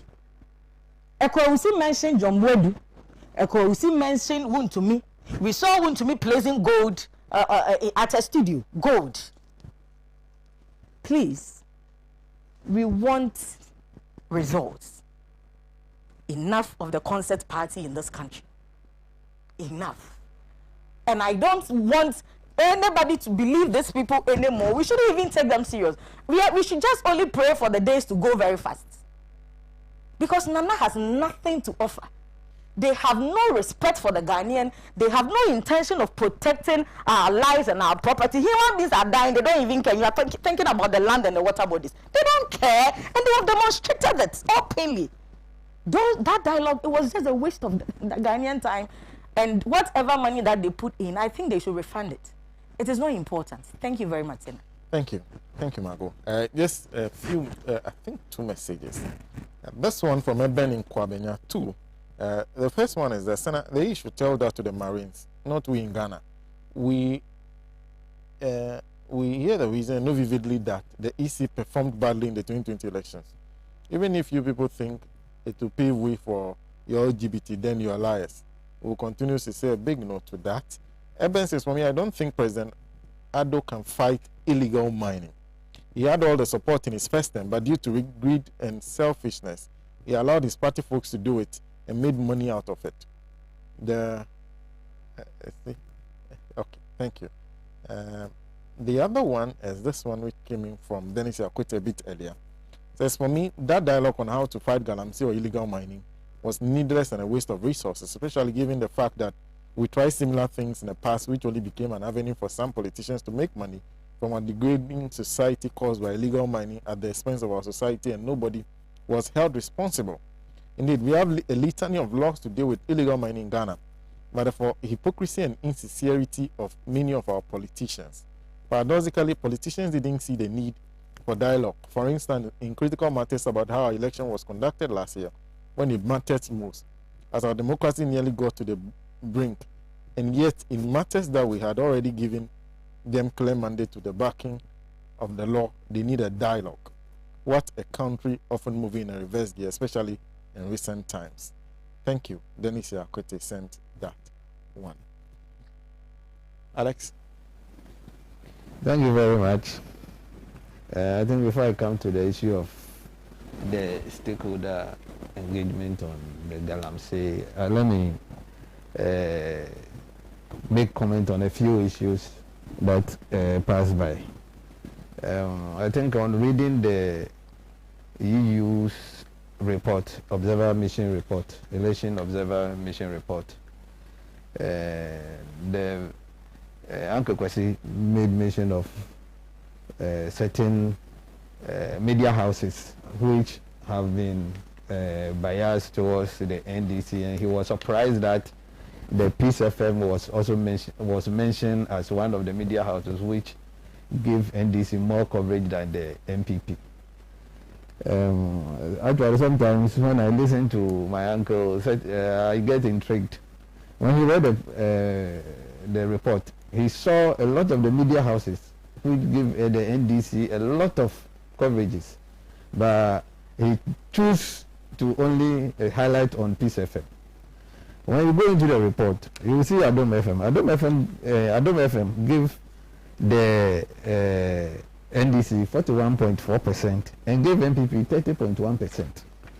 When you go to TV3 gave NDC 51.3% and gave MPP 44.7% coverage. The same thing as Ghanaian Times. When you go to City FM, when you go to Joy FM, you will see all that. So I'm intrigued. Or does he agree that then those media houses are NDC inclined? Because I think it is mostly what the political parties, where they want to do their adverts, that is where they go to pay for their adverts. So these are mainly commercial decisions made by the media houses, but it isn't because media house is for a certain political party. So when an analysis is made and it goes against the perception, then it means the analysis might not be correct. So I'm not just highlighting on this thing to show the picky and the choosy aspect of my venial uncle, or my uncle Kwesi Pratt. Let me come back to the Suhum issue. I am also born and bred in Suhum. Maybe I was born and bred earlier than my sister in Suhum.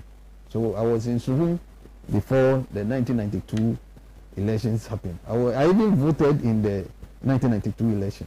So when I'm talking about Suhum, I know what I'm talking about. The 51-51 she spoke about, nobody died. It was an internal contest. And Brian moving from Suhum to Abetifi was his personal political decision. It has nothing to do with. I was here when you talk. No, I was here. No, please. I can do this. I was in charge, so you are lying. It's completely wrong. Okay. So who died during 2016 election? No, he hasn't gotten to you. He just said that he was responsible. He said nobody died. No, the 51. I haven't got Yes. Let me read there. Don't slow down. Fast forward to 2016. She was the head of the DISEC or the MISEC. That is MUSEC. Thank you very much. She was the head of the municipal security whatever. She made mention of loyal ladies and Dokuya. Which law in Ghana bars me from going to Hohwe to go and campaign? What law bars loyal ladies from moving from Accra to go and say we are going to help Honorable Aparansa to campaign in Suhum? So when they come there, you release your tax on them to beat them, and when you do that, those people beat them. Because individual people will not beat them. I don't have tax. Okay. So trying to run away from that legacy and allege all violence is wrong to MPP. That is never true. I don't have tax. That is never true. Do you have 51-51? The evidence is that you have. The 51-51 was an election and a primary result. It has nothing to do with tax. It has nothing to do with violence. It was It has nothing to. I wasn't sworn by then. So the people that are maimed and nobody was maimed. You people are used to creating a myth about maiming. I remember HB when we were told that. Can you lie on my move to the issue of the Galamsey? You're lying. Because this is you are misinforming. Certainly you are sitting with her who was also there. So please, let's move on. I'm not just being there. I'm the person he's accusing. I don't have tax. Okay. Can you move on? Please. Move to the Galamsey. I'm coming. So which people beat the loyal ladies? No. Why ask the loyal ladies? I'm saying move to the Galamsey. I will move. Sorry, I'll be very grateful. Thank you. We all pay to be very Thank you. Yes. Let's. Oh, where from indiscipline in this? No, where from indiscipline in this? No. We got this comment. What from indiscipline in this? We're having a discussion. Please go. Yes. Please go. Thank you very much. I think His Excellency the President of the Republic, the best president in Africa. Yes. He has decided that upon the effort put into the fight against Galamsey, and when you are fighting and you hear people who are supposed to support, Ghanaians who are supposed to be very patriotic to support it, fighting against it, then definitely what you have to do is you have to come back and get all of them to find out why they are fighting against something that we are doing for our own survival. Because when we talk of Ghana, Ghana truly doesn't comprise only we the human beings. It comprises our environment, our trees, the animals in the country, and our water bodies. All these things come together to support life in Ghana. So to be a Ghanaian and such a man, even in earlier before 2020, placed his presidential seat on the line and decided to fight it. And he goes into it, and what he realizes is Ghanaians are the same people who will be sabotaging that effort. Then definitely he needs to come back to Ghanaians and find out what is the problem. Truly, we are very grateful to the media for the support. But we wish, apart from the media, the political parties and all other Ghanaians should also support it, so that whatever we need to do to cure the meanings of the Galamsey, so that we can have sustainable life in our motherland or in our fatherland in the near future, we'll be able to do. So if Nana Akufo-Addo goes and comes and says, no, this is what when I went into this fight, this is what I found out. So let us all come together around table and look at what we need to do. Because seriously, we cannot say that because there are no employments, we should allow our environment to be deteriorated.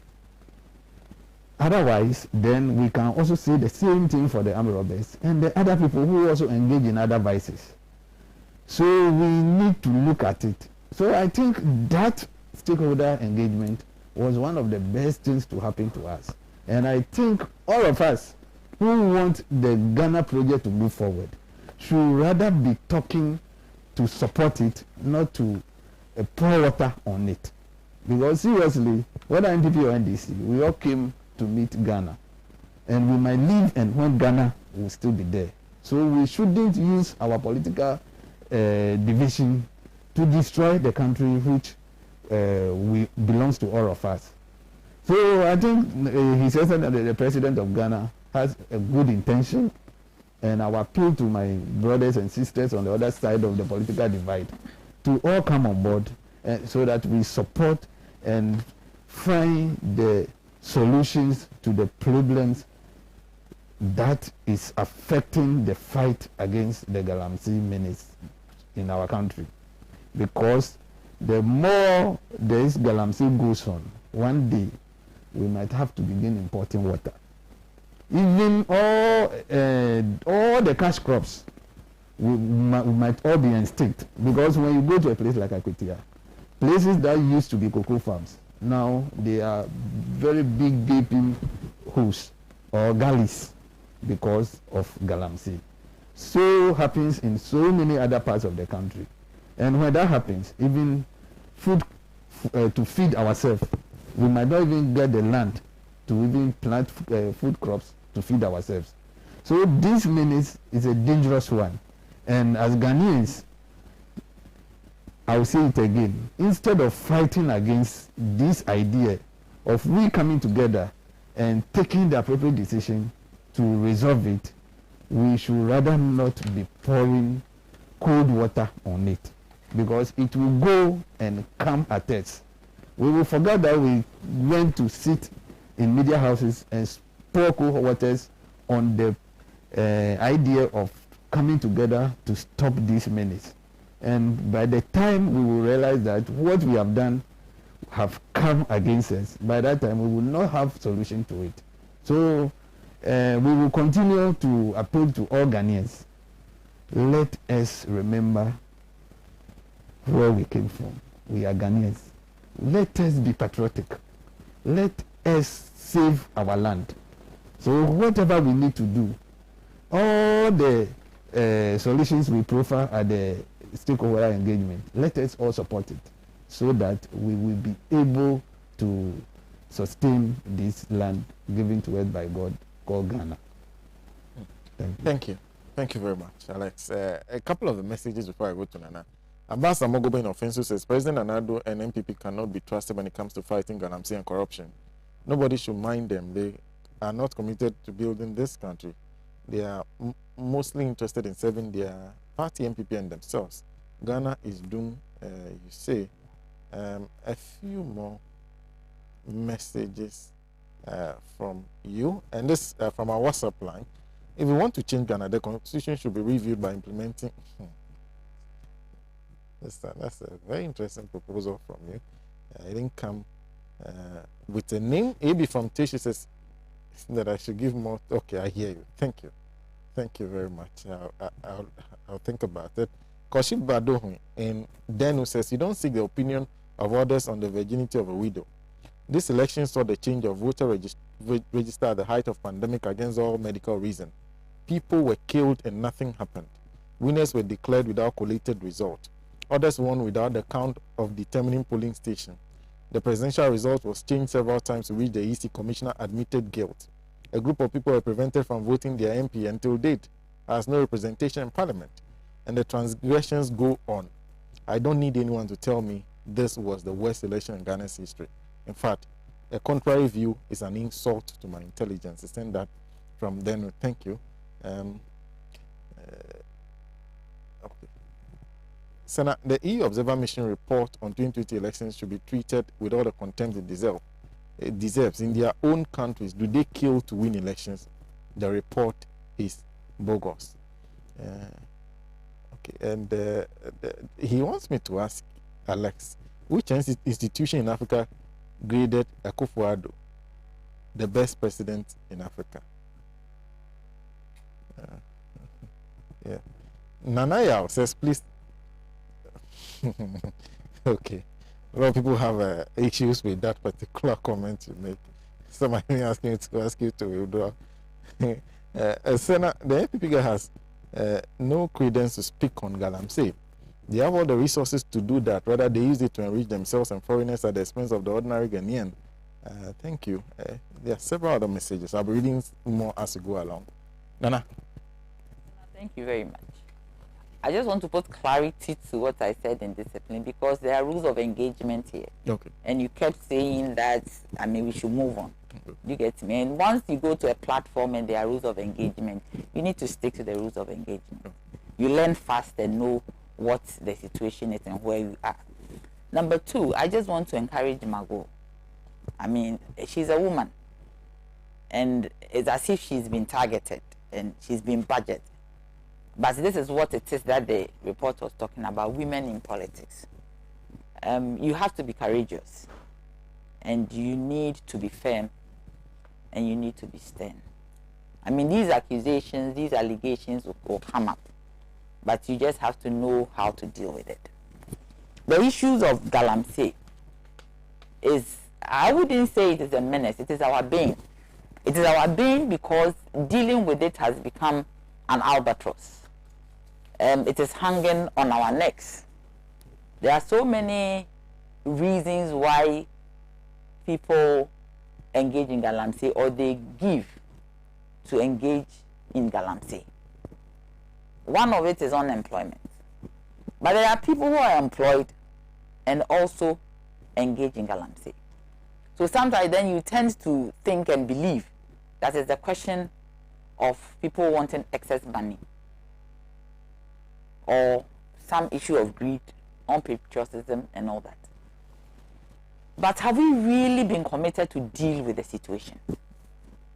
Commitment to deal with the situation like we are dealing with COVID. COVID is a pandemic. Galamsey is also a pandemic. Do you know why? Because you see the kind of chemicals they use in the environment to get the gold out, and how it seeps into our natural resources, even especially water that we drink, that we use for irrigation and all that. The mercury that is in there, do we know how it will get into our homes and into our water? And at the end of the day, do we know the kind of disease, the cancers and all manner of diseases we are going to what? To inherit? Posterity? But I cannot see any concrete fight. Yes, anything consultative, me, I'm for it. Because stakeholders are key. But after the talk shop and the Photoshop, what then happens? After the long English of a communique, is it the first time that we are talking about Galamsey? Of course, it is a good thing for us to talk. But we should walk our talk. There are institutions that are mandated to ensure that Galamsey doesn't thrive. When I went to the conference to go and see what was going on there. And what I saw was an attempt towards some consultation. But I also saw some academic exercise of too much talking. That is what I saw. Because we always see it with all the big English telling us what it is. It is not about telling us what it is. We know what it is. What are we doing to deal with it? If you have a sore on your foot, you know that there is a sore there. So what do you need to make sure that the sore is healed? It is very, very, very important. You don't go around asking Sena, Mago, and Uncle Kwesi that, and Alexa, what medicine do I use to clear the sore? You rather go to a doctor or a chemist. We know what the issues are. People are, and especially foreigners, the law even says that we should not allow foreigners to what? To even mine. But the foreigners are behind it. Who is saying, how do they get in? How do they get in droves, pass through immigration, and come into the nation? Because you see, in every country that you go into, you are asked whether you are coming to work. You are asked the purpose of your visit. These Chinese people who came in or are coming in, has anybody asked them what they are coming to do? But they get in anyway. They used to come in droves. And today, look at our environment. They showed some pictures at the meeting, and it was pathetic. Most of our waters are gone. Ankobra, Densu, they are all gone. When you look at the water, the color of the water, the rivers, our river bodies, they have just been destroyed. Just because of Galamsey. We should also posit the argument very well. What are we dealing with? Are we dealing with illegal mining, small-scale mining, or small-scale mining, which is licensed? What is the issue in there? Even the issuance of licenses, how cumbersome is it? What are the conditions that go with the license? Most of the people who were there revealed that the process of even getting a license for small-scale mining, which is legitimate, is cumbersome. What are the conditions attached to one's license? That when you finish mining, the land has to be reclaimed. What is the condition? I remember I spoke to somebody, I met somebody, and he told me that they've given their land away for it to be mined on. And I asked that are you not going to degrade this land? The person said, does not matter, after 50 years, the land will regenerate by itself. Even the public awareness, the involvement of the community engagement, community penetration. People should know that it is harmful to the environment. I am telling you, most of the people who are in there mining, I do not even think that they know the implication of what they are doing. All they know is that there is gold and I'm getting money. I saw a documentary on this China television, CCTV, something like that. There was a man who had come to Ghana to do Galamsey. He left China very poor, and he was able to go to China to get accommodation, 3 houses for his family, and bought a Bentley. He was standing by the Bentley all through Galamsey. And who is looking at what? Who is policing what? I believe that we should have a holistic approach and stop this ad hoc political things, to make sure that this bane which has hung on our neck is eradicated. Because what we are seeing, it is not something that is palatable. The president himself said it, that it doesn't matter who is engaged in it. Whoever is engaged in it and comes to his notice, the person will be punished. It doesn't matter whether the person is his appointee or is a leading member of his party. But before, there are laws. It was revealed at the conference there are laws, penalty units and jail terms. They have even reviewed it, made it more punitive. But who has been punished? Who has been punished? The people are mining illegally. Who has been punished? Nobody. The chiefs are asking that they should be involved in licensing. The minister has promised that he is going to go around and do a deeper and grassroots-based stakeholder consultation with the chiefs and see the community and their involvement. But there are allegations that the chiefs are also involved. These are allegations. You get me? So, I mean, it is a whole big thing that has to be looked at, not at one meeting where we all sit and talk and we are gone. Ghana, we are noted for photoshops and talk shops. That's at the end of the day, we do not even implement some of the communiques that are written. And even if it is implemented, it's implemented anyhow, haphazardly. For this kind of thing facing us, we need not look at it in a haphazard manner. We have to make sure that it is dealt with and dealt with properly. Alex here said something that the fact that you are not working doesn't mean that you should be engaged in illegality.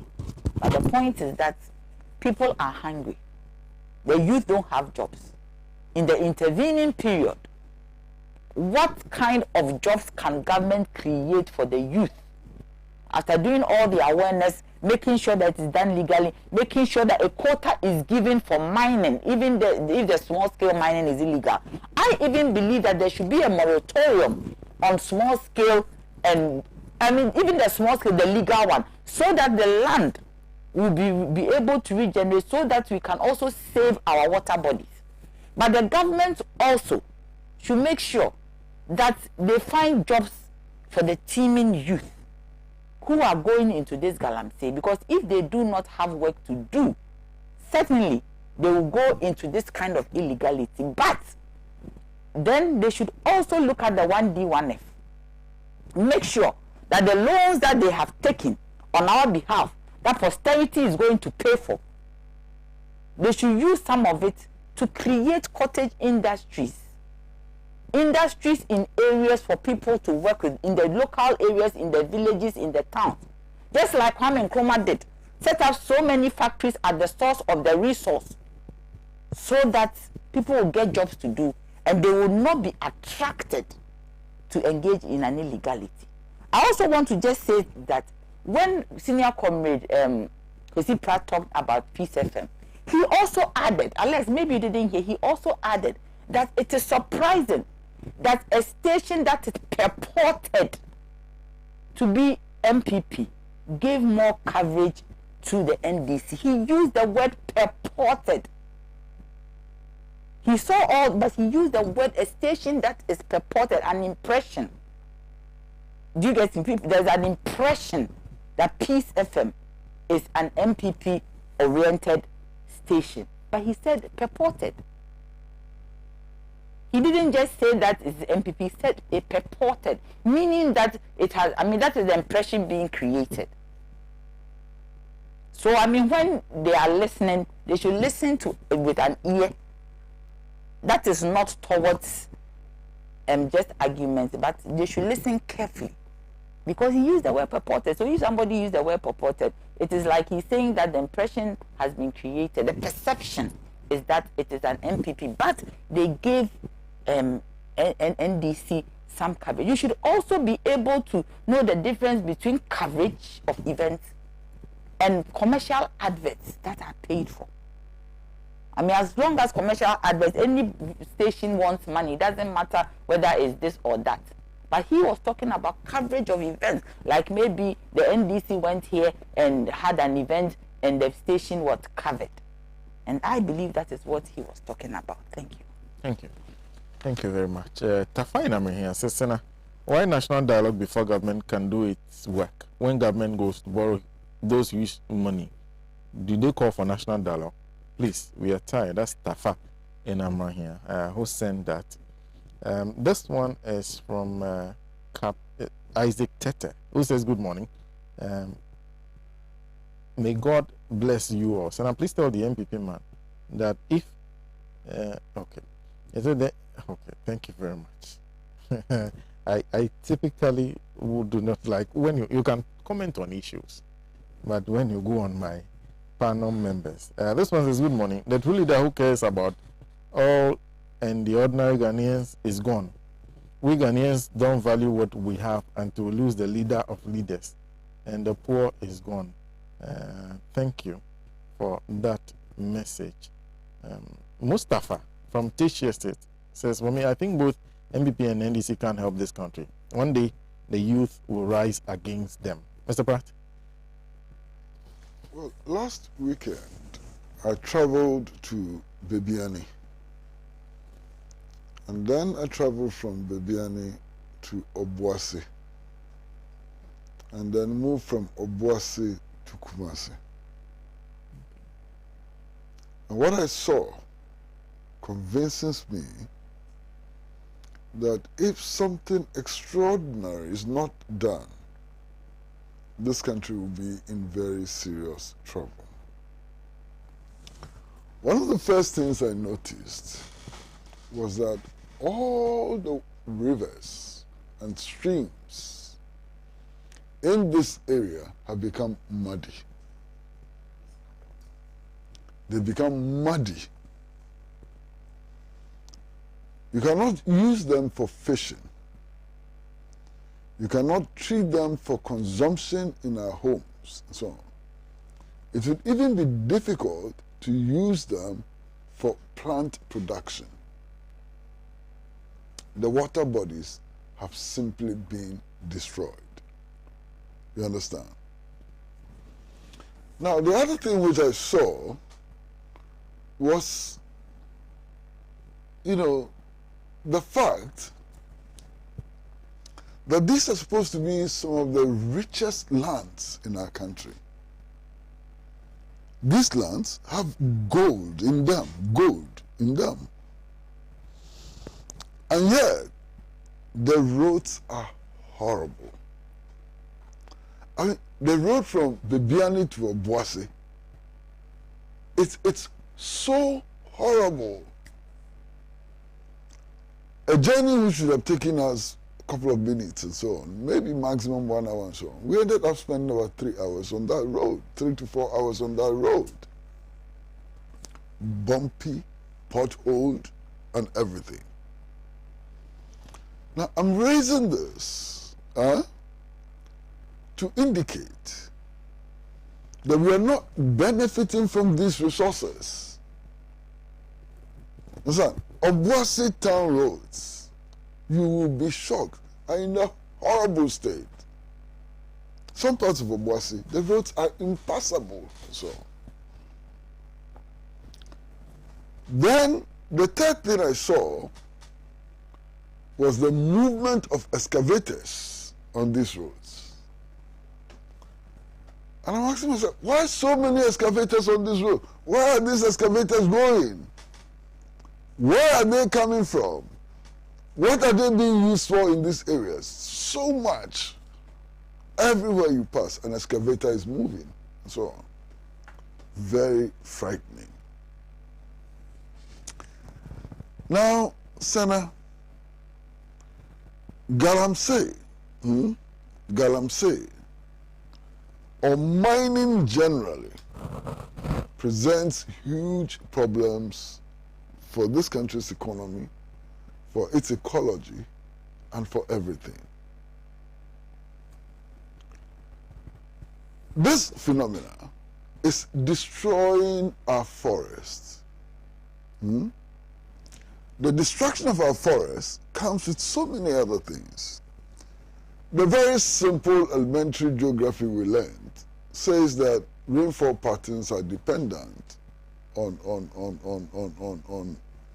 you know, plants, forests, and so on. And that the more we deplete the trees and so on, the more we harm the rainfall pattern. So we get to a stage where our agriculture will suffer, you know, as a result. So that's an important thing for me.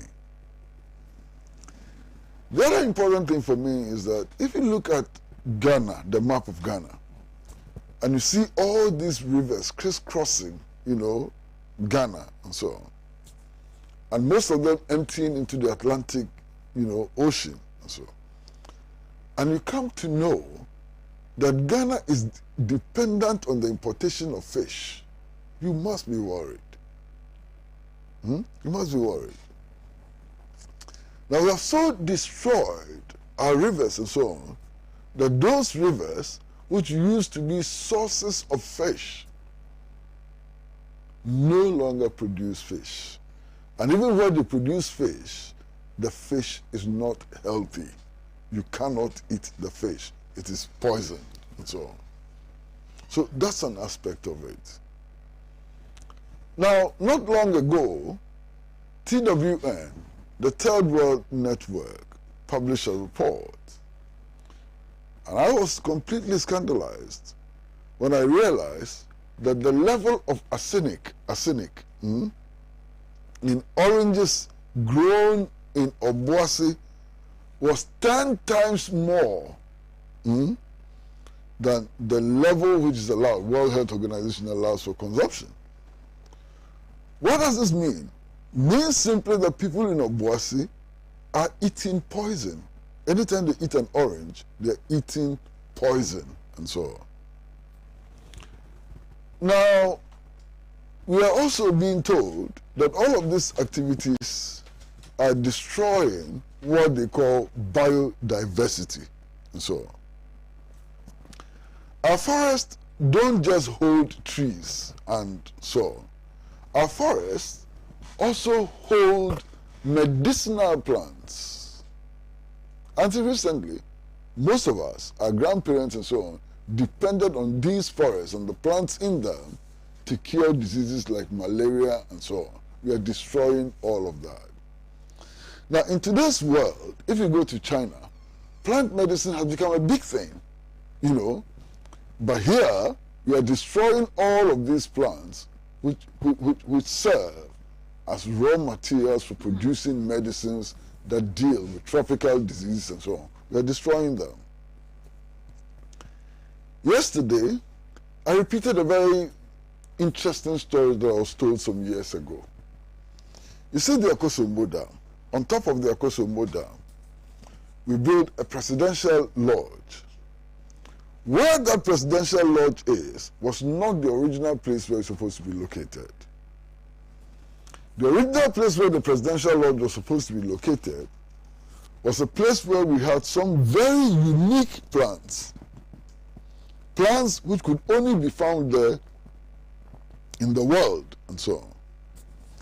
And it was Professor Lindsay who actually told Nkrumah about that special plant species. And as a result, there was a relocation of the presidential lodge. So you can imagine what we are destroying. You understand? We are destroying some very unique species and so on with this senseless mining. Senseless mining can destroy many things and so on. Now, I'm not talking just about Galamsey, I'm talking generally about mining. Okay? And I'm talking generally about mining because some of the consequences of mining, which have been reported by groups like Wakam and so on, are shocking. We are killing ourselves and getting nothing out of this suicide operation that we are carrying out.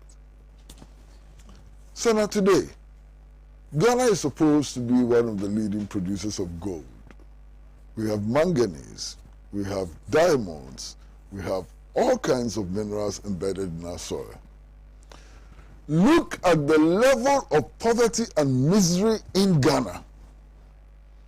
Now consider the fact that all of these mineral resources are not renewable, which means that when you dig it and you send it away, it is finished. Okay? So if today we have gas, we have oil, we have diamonds, we have this, and we have that, and we have that, and this is the level of poverty our people have to endure, can you imagine 50 to 100 years' time when we have dug all these resources out of our soil and deposited them in Europe and North America and so on, what the situation of our grand and great-grandchildren will be? Can you imagine it? That is the perspective from which I am coming in the examination of Galamsey, how to deal with it and how to ensure that we achieve the objectives that we have set for ourselves in mining. Now, for me, significantly, 4 years ago, there were all kinds of dialogues on Galamsey. You remember, media dialogue on Galamsey, stakeholders dialogue on Galamsey, and so on. 4 years ago. After 4 years, we've come back to organizing dialogues again. What happened to the first dialogues that we organized? We must be asking these questions. What happened to the first dialogues that we organized? We have come back to organizing dialogues again because we are not succeeding, we are not making progress in improving mining. We are not making progress in ensuring that mining is sustainable. You understand? That's why we have come back to this whole business of national dialogue and so on. Now, mining is an activity which we may have to continue. So the issue is not about stopping mining, whether it is small scale or large scale. The issue is about how to regulate mining so that it does not become dangerous to the environment, it does not become dangerous to the preservation of human life and so on. What kind of mining should we do? How should we do it? How should we ensure that mining is sustainable? That's the question before us, okay? Right now, what is happening in the mining sector is absolutely shocking.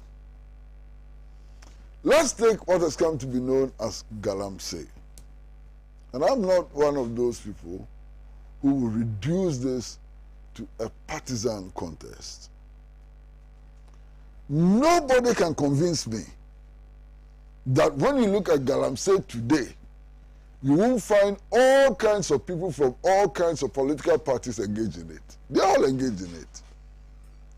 Of course, some of them have bigger advantages than the other because they are closer to the state machinery and they can ensure much better protection for their illegal operations than others.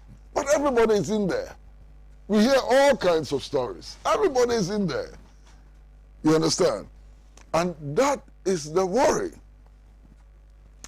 There is so much anger at the local level. And that anger stems from the fact that 4 years ago, 5 years ago, government committed itself to fighting illegal mining and ensuring some level of sanity. Today, what is happening is that the local indigenous people who were making a living out of this illegal mining and so on have been driven out and been replaced by party big shots. Party big shots have replaced them. There's the party big shots who are moving heavy equipment like excavators and so on and worsening the conditions of the villages and so on. That's the problem. That's why there's so much anger at the base. Today, if you go to the eastern region and you talk to farmers, many farmers are crying.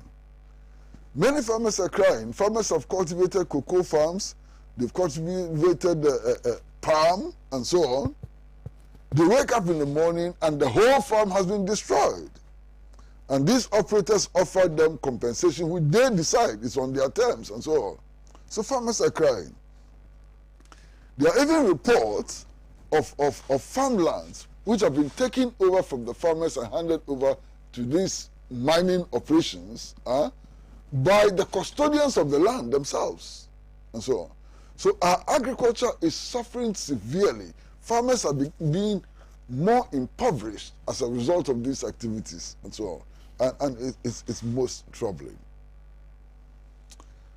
Now, anybody who followed this national dialogue on Galamsey and so on would notice one thing. There has been a significant change of personnel.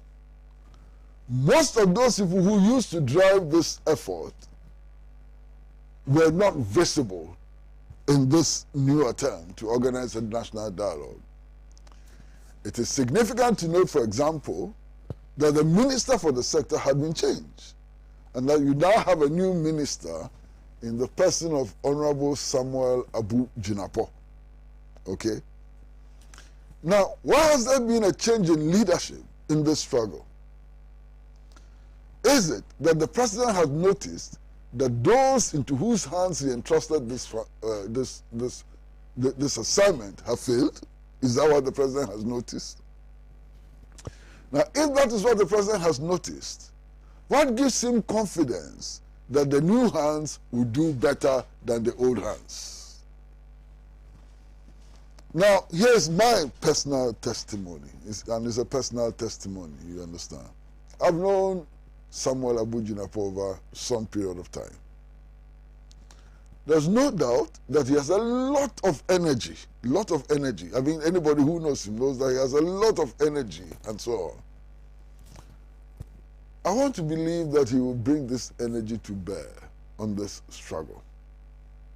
And if he's able to bring this energy to bear on this struggle, and genuinely does consult all stakeholders, and avoids a situation in which he himself will become an accomplice, it will be possible to win this battle. You understand? His drive and energy should be applied to this new assignment.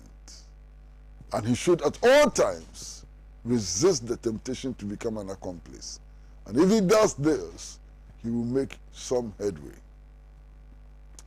You know, in discussing Galamsey, I'm looking at the bigger industry. You know, Ghana has so much gold, but yet, if you look at the Ghanaian scene, you would find that we have not been able to develop the secondary gold industry. We just dig it and take it out. Now, we used to have a lot of blacksmiths doing trinkets, necklace, and so on from gold. You can't find that anymore. Goldsmiths, thank you. Goldsmiths, thank you, sir. Thank you very much. Thank you. Goldsmiths. Sena, the few goldsmiths that you find around today, they are not getting their gold supplies from the multinational corporations. They are not. They are getting the raw gold from Galamsey and so on.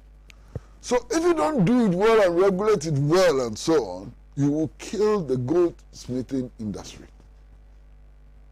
You understand? So the question is, what do we do in order to have sustainable mining and at the same time ensure that we can develop the other industries that come with sustainable mining, like goldsmithing and so on? It's important for us to look at that. Now, there's too much attention on small-scale and illegal mining to the extent that we are forgetting the havoc that the multinational corporations are doing to the national economy. And I'm worried about that. Not too long ago, I listened to a report in Parliament from Newmont. And my shock that day was that Newmont kept 100% of the total earnings from gold exploitation outside this economy, outside this country. That's a problem we have to address. We have to review the foreign exchange retention agreement, which enables some of the mining companies to keep as much as 98% of the total value of gold exported out of this country outside this country. We have to do that. We have to begin to ask ourselves serious questions about the huge tax concessions we are giving to the mining companies and how that may or may not be in the interest of the national economy. We have to have a holistic attitude, a holistic review of the mining sector, and not just focus on small scale or so-called illegal mining. We have to look at the totality of mining.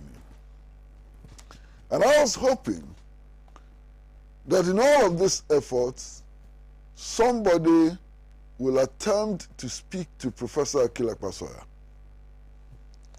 because of the amount of work he has done over the last couple of years on mining.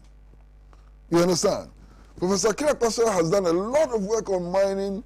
He's done a lot of work on the revenues that we get from mining and how we may maximize it and so on. And I think it would be important for somebody to consult him to find out what his own findings have been and so on, and to incorporate that in this effort at moving this country forward. I mean, sometimes I don't understand our politicians. Quite honestly, I don't understand our politicians. We've been thinking around this battle against Galamsey and illegal mining and so on, and you have somebody like Akisoya in this country. And nobody consults him, nobody tries to involve him and so on. And I'm wondering, why? Is it because he's not a card-bearing NPP member?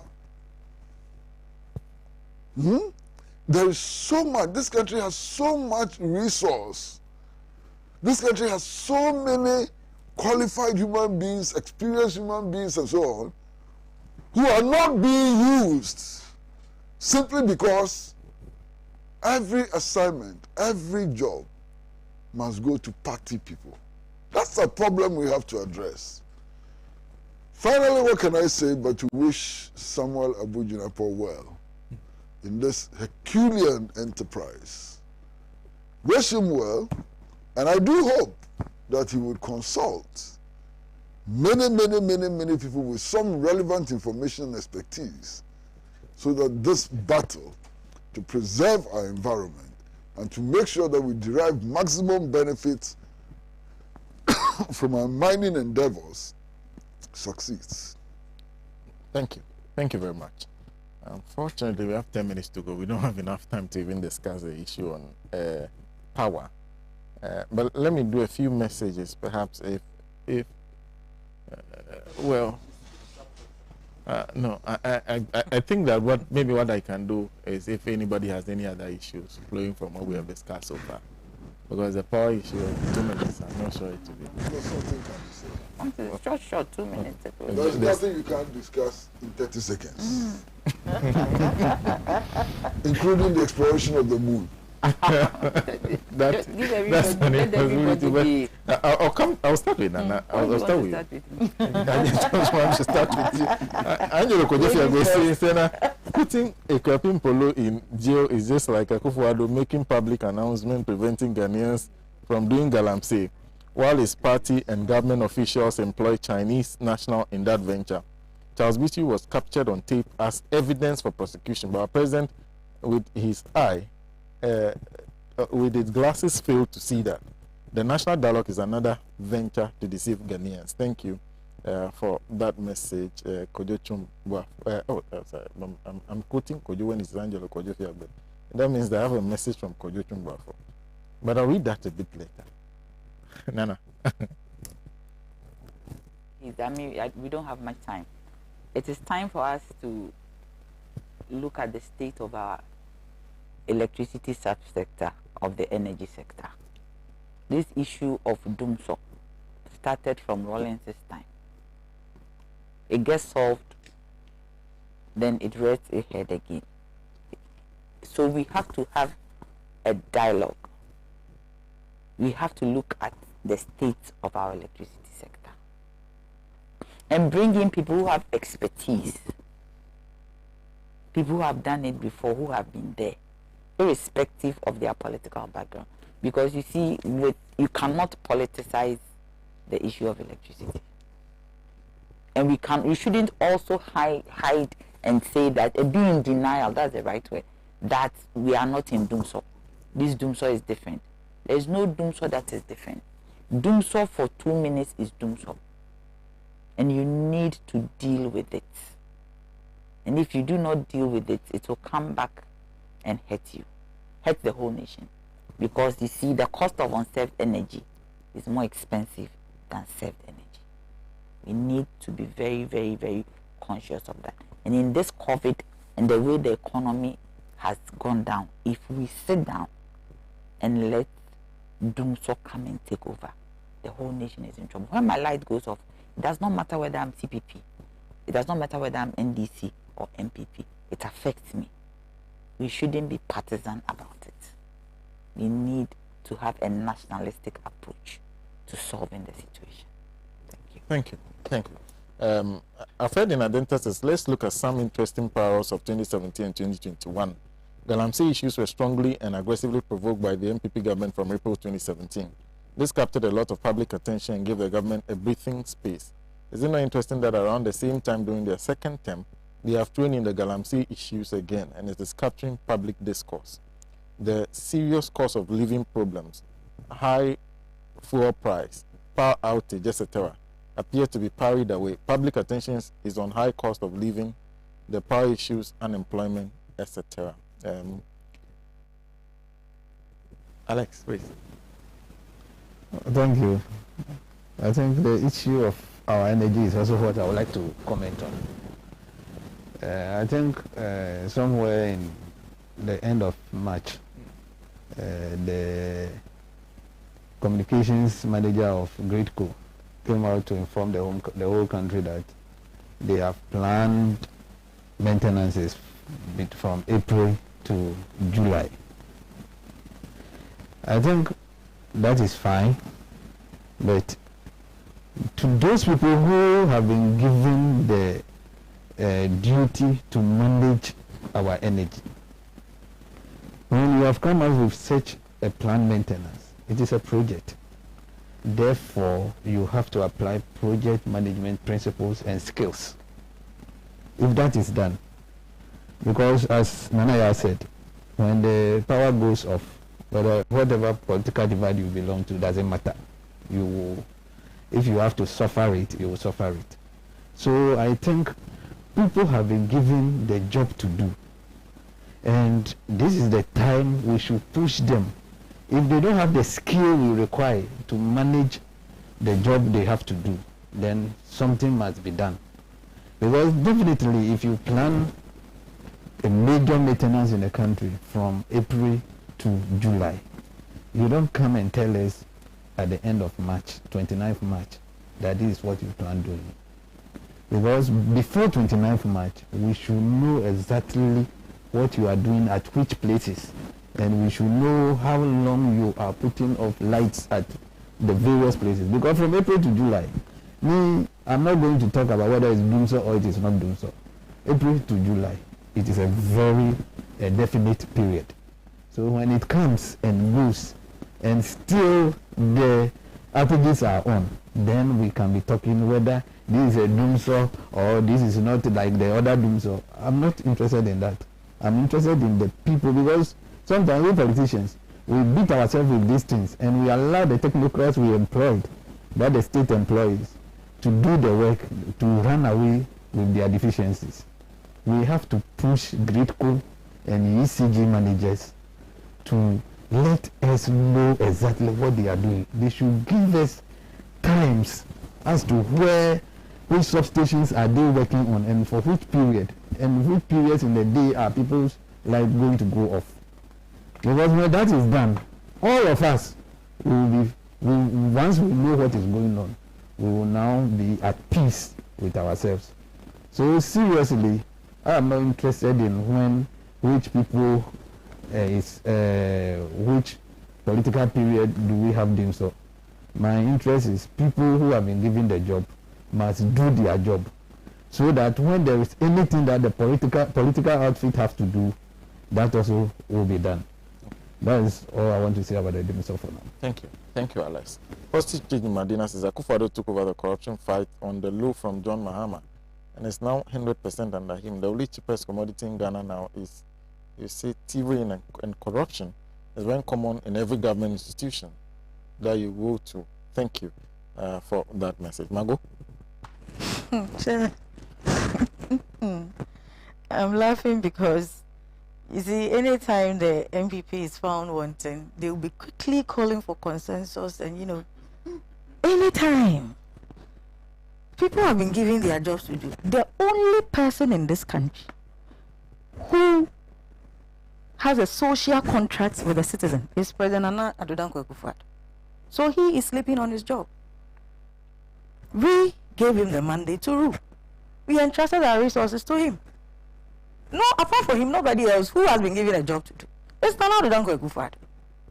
Doom so is still doom so. Whether you're interested or not, your light goes off. It's doom. If it comes, it's so. The country is with an incompetent hand. Nana Addo Dankwa Akufo-Addo. That is why we are here. I remember Pastor Mensa Otabel said it was a wisdom problem. So I'm surprised John Mahama fixed a wisdom problem and now we have knowledge crisis. Nana Addo Dankwa is sleeping on his job. That is all that I can say. I'll only plead with Ghanaians to keep hoping and praying for better days. But for Nana Addo, he must do the work. He is the one that we know. I don't know any Greco boss, ECG, VRA. No, President Akufo-Addo. You should sit up and work and fix the lights. We want our lives back. Thank you. Thank you. Thank you. Mistaken in Sawam, I am skeptical to take Nana Addo serious on this Galamsey dialogue. He promised to put his job on the line to fight Galamsey, but failed Ghanaians woefully. So Nana Addo still has the muscle and the temerity to ask for evidence of his party officials who are involved in the Galamsey, whilst Anas has provided enough evidence. Where the 500 missing excavators, Dumso is back, prices of goods and services are skyrocketing, and things are falling apart. Thank you. Mr. Pratt? Well, look, the power crisis we're having today was predictable from last year. I mean, by November last year, I had come to the conclusion that we're going to run into power crisis. And that began with the warnings which were served by the independent power producers. First, we owed them $1.7 billion. They could no longer sustain their operations. There were problems in getting fuel and so on. All the companies in the energy sector were heavily indebted. VRA was heavily indebted, Greco was heavily indebted, ECG was heavily indebted, and so on. The signs were clear. You understand? We have messed up the energy sector, messed it up completely, and that is what we are suffering. This thing about this is not a doomsaw, this is a different kind of doomsaw. It's so silly, we should not be repeating it. It's so absolutely silly. But we keep repeating it. And we think that the people of Ghana are so foolish that they will take any crap from us. There's a problem in the energy sector. You cannot produce enough energy, and that would affect your industry, it would affect health, it would affect education, it would affect everything. So the people in charge should get to work and stop these useless and lame excuses. Sometimes they tell us it will end in June, some say July, now November, and so on. Stop it and get to work. We're tired. Why? Not too long ago, we were being told that we have some generation capacity that we don't need, and that it's a waste of money and so on. How come we have done so? They should be explaining it to us. Because they told us that we had generation capacity in excess. We had it so much that we are wasting so much billions and so on. How come we are in this situation? Master, we are tired of all this propaganda and useless excuses. Let them get to work. Thank you. Thank you very much. Two messages before I go. The first one is from Prince Henry Koforidwa, who says, good morning. The person who wrote Nanado's speech on Galamsey has really misled him and caused him a great disservice. I don't think Nanado himself will see what he read because Charles VCU is walking free after analysis, pictorial and video evidence. For me, Nanado is just playing with the minds of Ghanaians because his actions have really shown he's not serious and ready to fight Galamsey. Since his regards to the crew, especially to Mago. And then let me end with Kojo Chungba's first message. It says, Sena, did I hear the MPP dude in the studio call Akufo-Addo the best president in Africa? This is when I tune out to watch the Cartoon Network. Alhaji and Alhaji has grazed our ears through thick and thin for the last 18 years plus. Then I will read the end of the message. Kojo, the thing is that I think it's his opinion, and he has the right to hold that opinion. Testers and callers, they are only NDC people. No other person tends to this place. What does that mean? You'll be making comments that I have tolerated for good reason. And your claim that Alhaji and Alhaji used to exclude MPP people, it's a false claim. This program, I was with the program from the very beginning.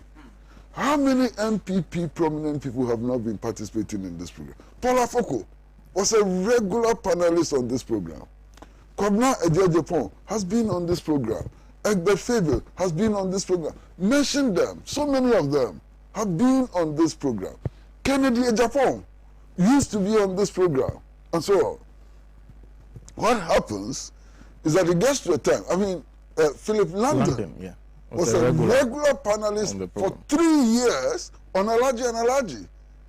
When you people decide to pull your people from programs for whatever reason, then you turn around to create the impression that they are being excluded. How are they being excluded? The struggle Sena and others and the producers go through to get your representatives on this program, Sena is sitting here, he will tell you. So don't create those false impressions. Why? We sit here and control those who text and call. How? How do we sit here and control those who text and call into the program? Thank you.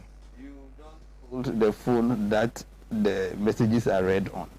It's here. So it is not an allegation against the station. So the allegation is directed at... It's against the host.